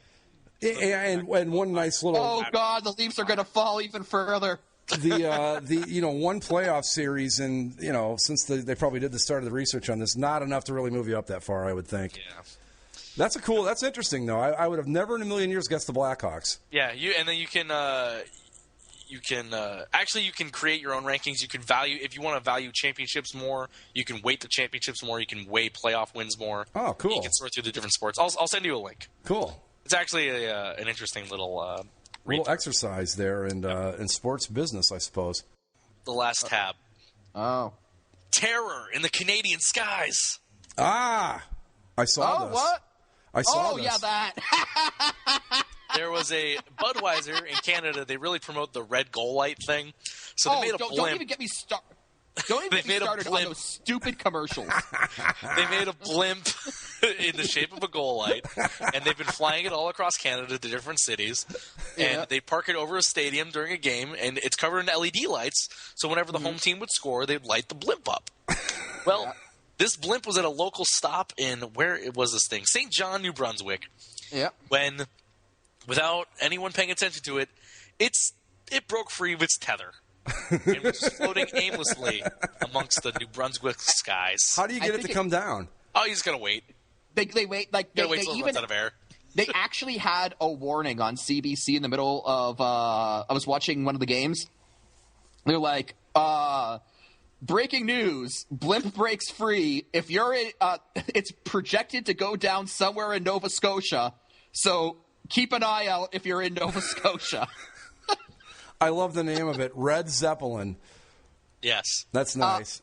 I just want to say that I hate the commercials that they do to promote that stupid blimp. Oh, why, Mike? I think it's cool. No, the blimp itself is cool, but the commercials are just anger. They just piss me off. You're just mad that you didn't get one of those helmets with the goal lights on it, aren't you? I didn't get one of those helmets with the goal lights, no. And I to repeat a story from a few weeks back, I tried to get a Montreal Maroons hat from from Bud Light's stupid little. They're on eBay. I saw them. Yeah, I would have liked. I could have gotten $75 or something, right? Yeah, I would have liked to have gotten one for the price of a 2-4, but that was not to be. So no. I had to. I had a stockpile of shitty Bud Light that I had to finish. Because I couldn't get my stupid Maroons hat. But yeah, if you're in Nova Scotia, guys, keep an eye out. Keep your eye on the skies. Eyes on the skies. While we're talking about blimps, I have to tell you the story of how a blimp, when I was living in upstate New York, made a complete fool out of me. Okay. Blimp made a fool out of you. You thought it was a UFO, didn't you? I absolutely did. Okay, it was off in the distance, and the way it was lit up on the inside, and it looked just like the prototypical flying saucer from a distance. I'm in my car. I see this thing, right? Not only am I freaking out, going, oh, my God, it's a UFO, I'm rolling down my window and yelling at people, hey, do you see that? Look. And I'm pointing, trying to get everybody's attention. Look over there. Do you guys see it? God, I can't believe it. I can't. And, yeah, sure enough, I went down the road a little ways. It was a stupid blimp. So I had pointed out this blimp to all these people, telling them, look, it's a UFO, and they were probably thinking, like, what an idiot. So yes, they're probably like, oh, it's one of those idiots from the Midwest. Exactly. They're like, well, that guy's got to be from Ohio, right? But yes, a blimp made a complete fool out of me. So on that note, are we done with the tabs, Zach? Yeah, I'm clear. All right. Should we? Well, first off, follow us on Twitter at Basically Sports. Oh, yeah. The website is basicallyasportshow.com. What else? Oh, the email, basicallyasportshow@gmail.com, and I guess that's it. And we've got, solo albums. We're going to be doing solo albums, yes. We've already, Andy already recorded one, 27 minutes with Andy. And I don't know how you guys are going to treat yours, but I'm basically going to treat mine like Andy's did, as basically just 27 minutes of stream of consciousness. Yeah, I don't have a plan. My plan is to not have a plan. I have one plan, and it's just because, like I told Zach before we started the show, I need a starting point, or I'll never be able to do this. Mm-hmm. I'm going to take the first 5 minutes and try to explain why I root for the teams I do and how it came to be. After that, I don't know what the hell I'm going to talk about, but like I said on the boards, and the tradition of the official band of Basically a Sports Show, KISS, we're going to simultaneously release our solo albums. Mm-hmm. It's either going to be ridiculous or awful. And we've got three separate excuses for why we're doing this. Yeah, at least. Yeah. In the grand tradition of KISS. If you guys come up with any more, I mean, that'd be great. How the hell did KISS become the band of Basically a Sports Show? I think the LA KISS had something to do with it. Yeah. Yes. I know that none of us like it except me, and I'm not even that crazy about it, but somebody's got to be our official band, right? I like KISS, fine. but I like KISS, but not as a band. Like, I don't care for KISS as a band, but I like KISS as, like, an entity. Well, that's kind of, they just, I don't know, we talked about the LA KISS a lot, and then I started dropping in these Paul Stanley drops that I was doing, and this the next thing you know, it fell into place. But, yes, so we will be having the Bass solo albums, so keep your eye out for that. That ought to be interesting. And you can catch Andy's, basically 27 minutes of Andy, on the website. These are not available on iTunes or Stitcher or any of those places. Basically bonus content. Basically bonus content, yes. Websites, whatever. Website only. Website only stuff, yeah. And it's basically a sportshow.com, so you all have no excuses for not being able to find it. Exactly. If you can't spell, well, that's not my fault. Right. But I don't know. Like I said, I thought it was cool, and so we completely stole his idea, and we're going to do it too. Simple as that. Yeah. I want to hear. Andy's still contributing. Yeah, Andy's still part of the show, so it's not like the three. So it's the 4 solo albums, just like KISS, and it'll be interesting to see who sells the best, and and all that other stuff. So, but I've even got album covers I'm going to design for him, so that'll be fun. Awesome. Yeah, I look forward to that. Zach always sounds so enthusiastic when we do goofy shit like this. I don't know. I just let you go off. It's one of those things. Like, we're at the end of the show. I went through all my tabs. Now you're ready to quit. And you want me to shut up now? Don't I emptied the chamber. I'm okay. All right. One of the rare nights where Zach is like, "Greg, will you shut the hell up?" instead of the other way around. No, it's not. You can keep talking. I just don't have anything else to say. Okay, but anyway, yes. So the Bass solo albums will be. When are we going to do these anyway? Whenever. I'm doing mine this weekend. Yeah, I was thinking mine probably like late Saturday night. Yeah, I mean, if I'm not going to plan it, it's going to happen just when I have the time. See, Zach's the true artist of the bunch. He's just going to wait for the inspiration to take place and do it. Pretty much. Mike and I were corporate. We're planning things and all that, so. You're the heart and soul. You're the artistic heart and soul, Zach. We're just the exactly. chills. I mean, I do have my own segment, so. Yeah, how did that happen? Just over the course. Just of every time. week, he just so happened to have tabs. So. In the course of human events, I declared my independence with my own. I mean, I could have my own segment, which is just Mike bemoans his existence as a Leafs fan. Yeah, but that's a one-trick pony. You do that once, and then what? Yeah, that's true. I mean, I could do that too. My existence as a fan, period. Well, no, you got the Packers. Yeah, I know. What do I have? Misery. You got the all Chargers. Around. Okay, yeah. The Blue Jays won some titles. Yeah, no, they did. And the Blue Jays are actually doing surprisingly well this year. Like, it just better than I thought they would have. Greg, I don't know how I didn't ask you about this. The new savior of Cleveland, Vince Young. Oh, yeah, signed a 1-year deal with the Browns. Yeah. Him and who was the other guy? Tyler Thigpen. Tyler Thigpen, yeah. Yeah. So you can forget it. The Browns will not be drafting a quarterback in the draft. Yeah, Johnny Manziel, no longer in the plans. Speaking of the draft, are we still going to do basically a football show special on the draft? Because that's coming up here in about a week. Yeah, the draft's exactly a week from tonight. Or should we just incorporate it into the show? Either way. Yeah, we'll figure it out. Oh, that car caught on fire. Coverage has concluded for the day. I wish we had one of those for the show. But anyway, so Bass solo albums, keep your eye out for those. Basically, sportshow.com, and really check out Andy's basically 27 Minutes with Andy. It's pretty funny.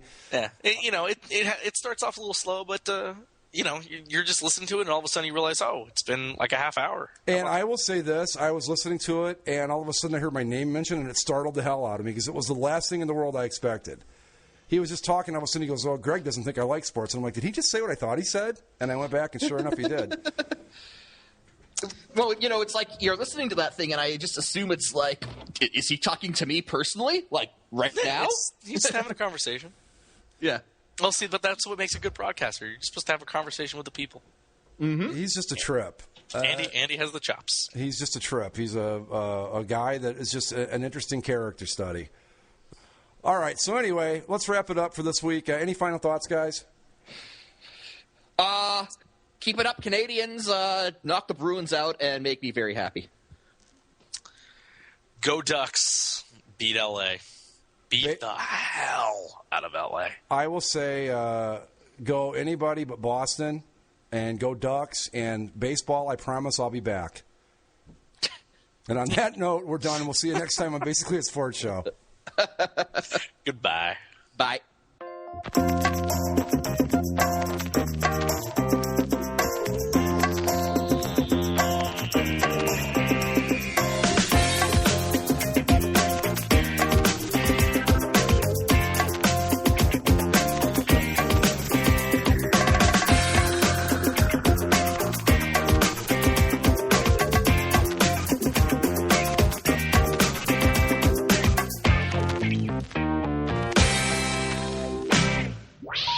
Please hang up and try again.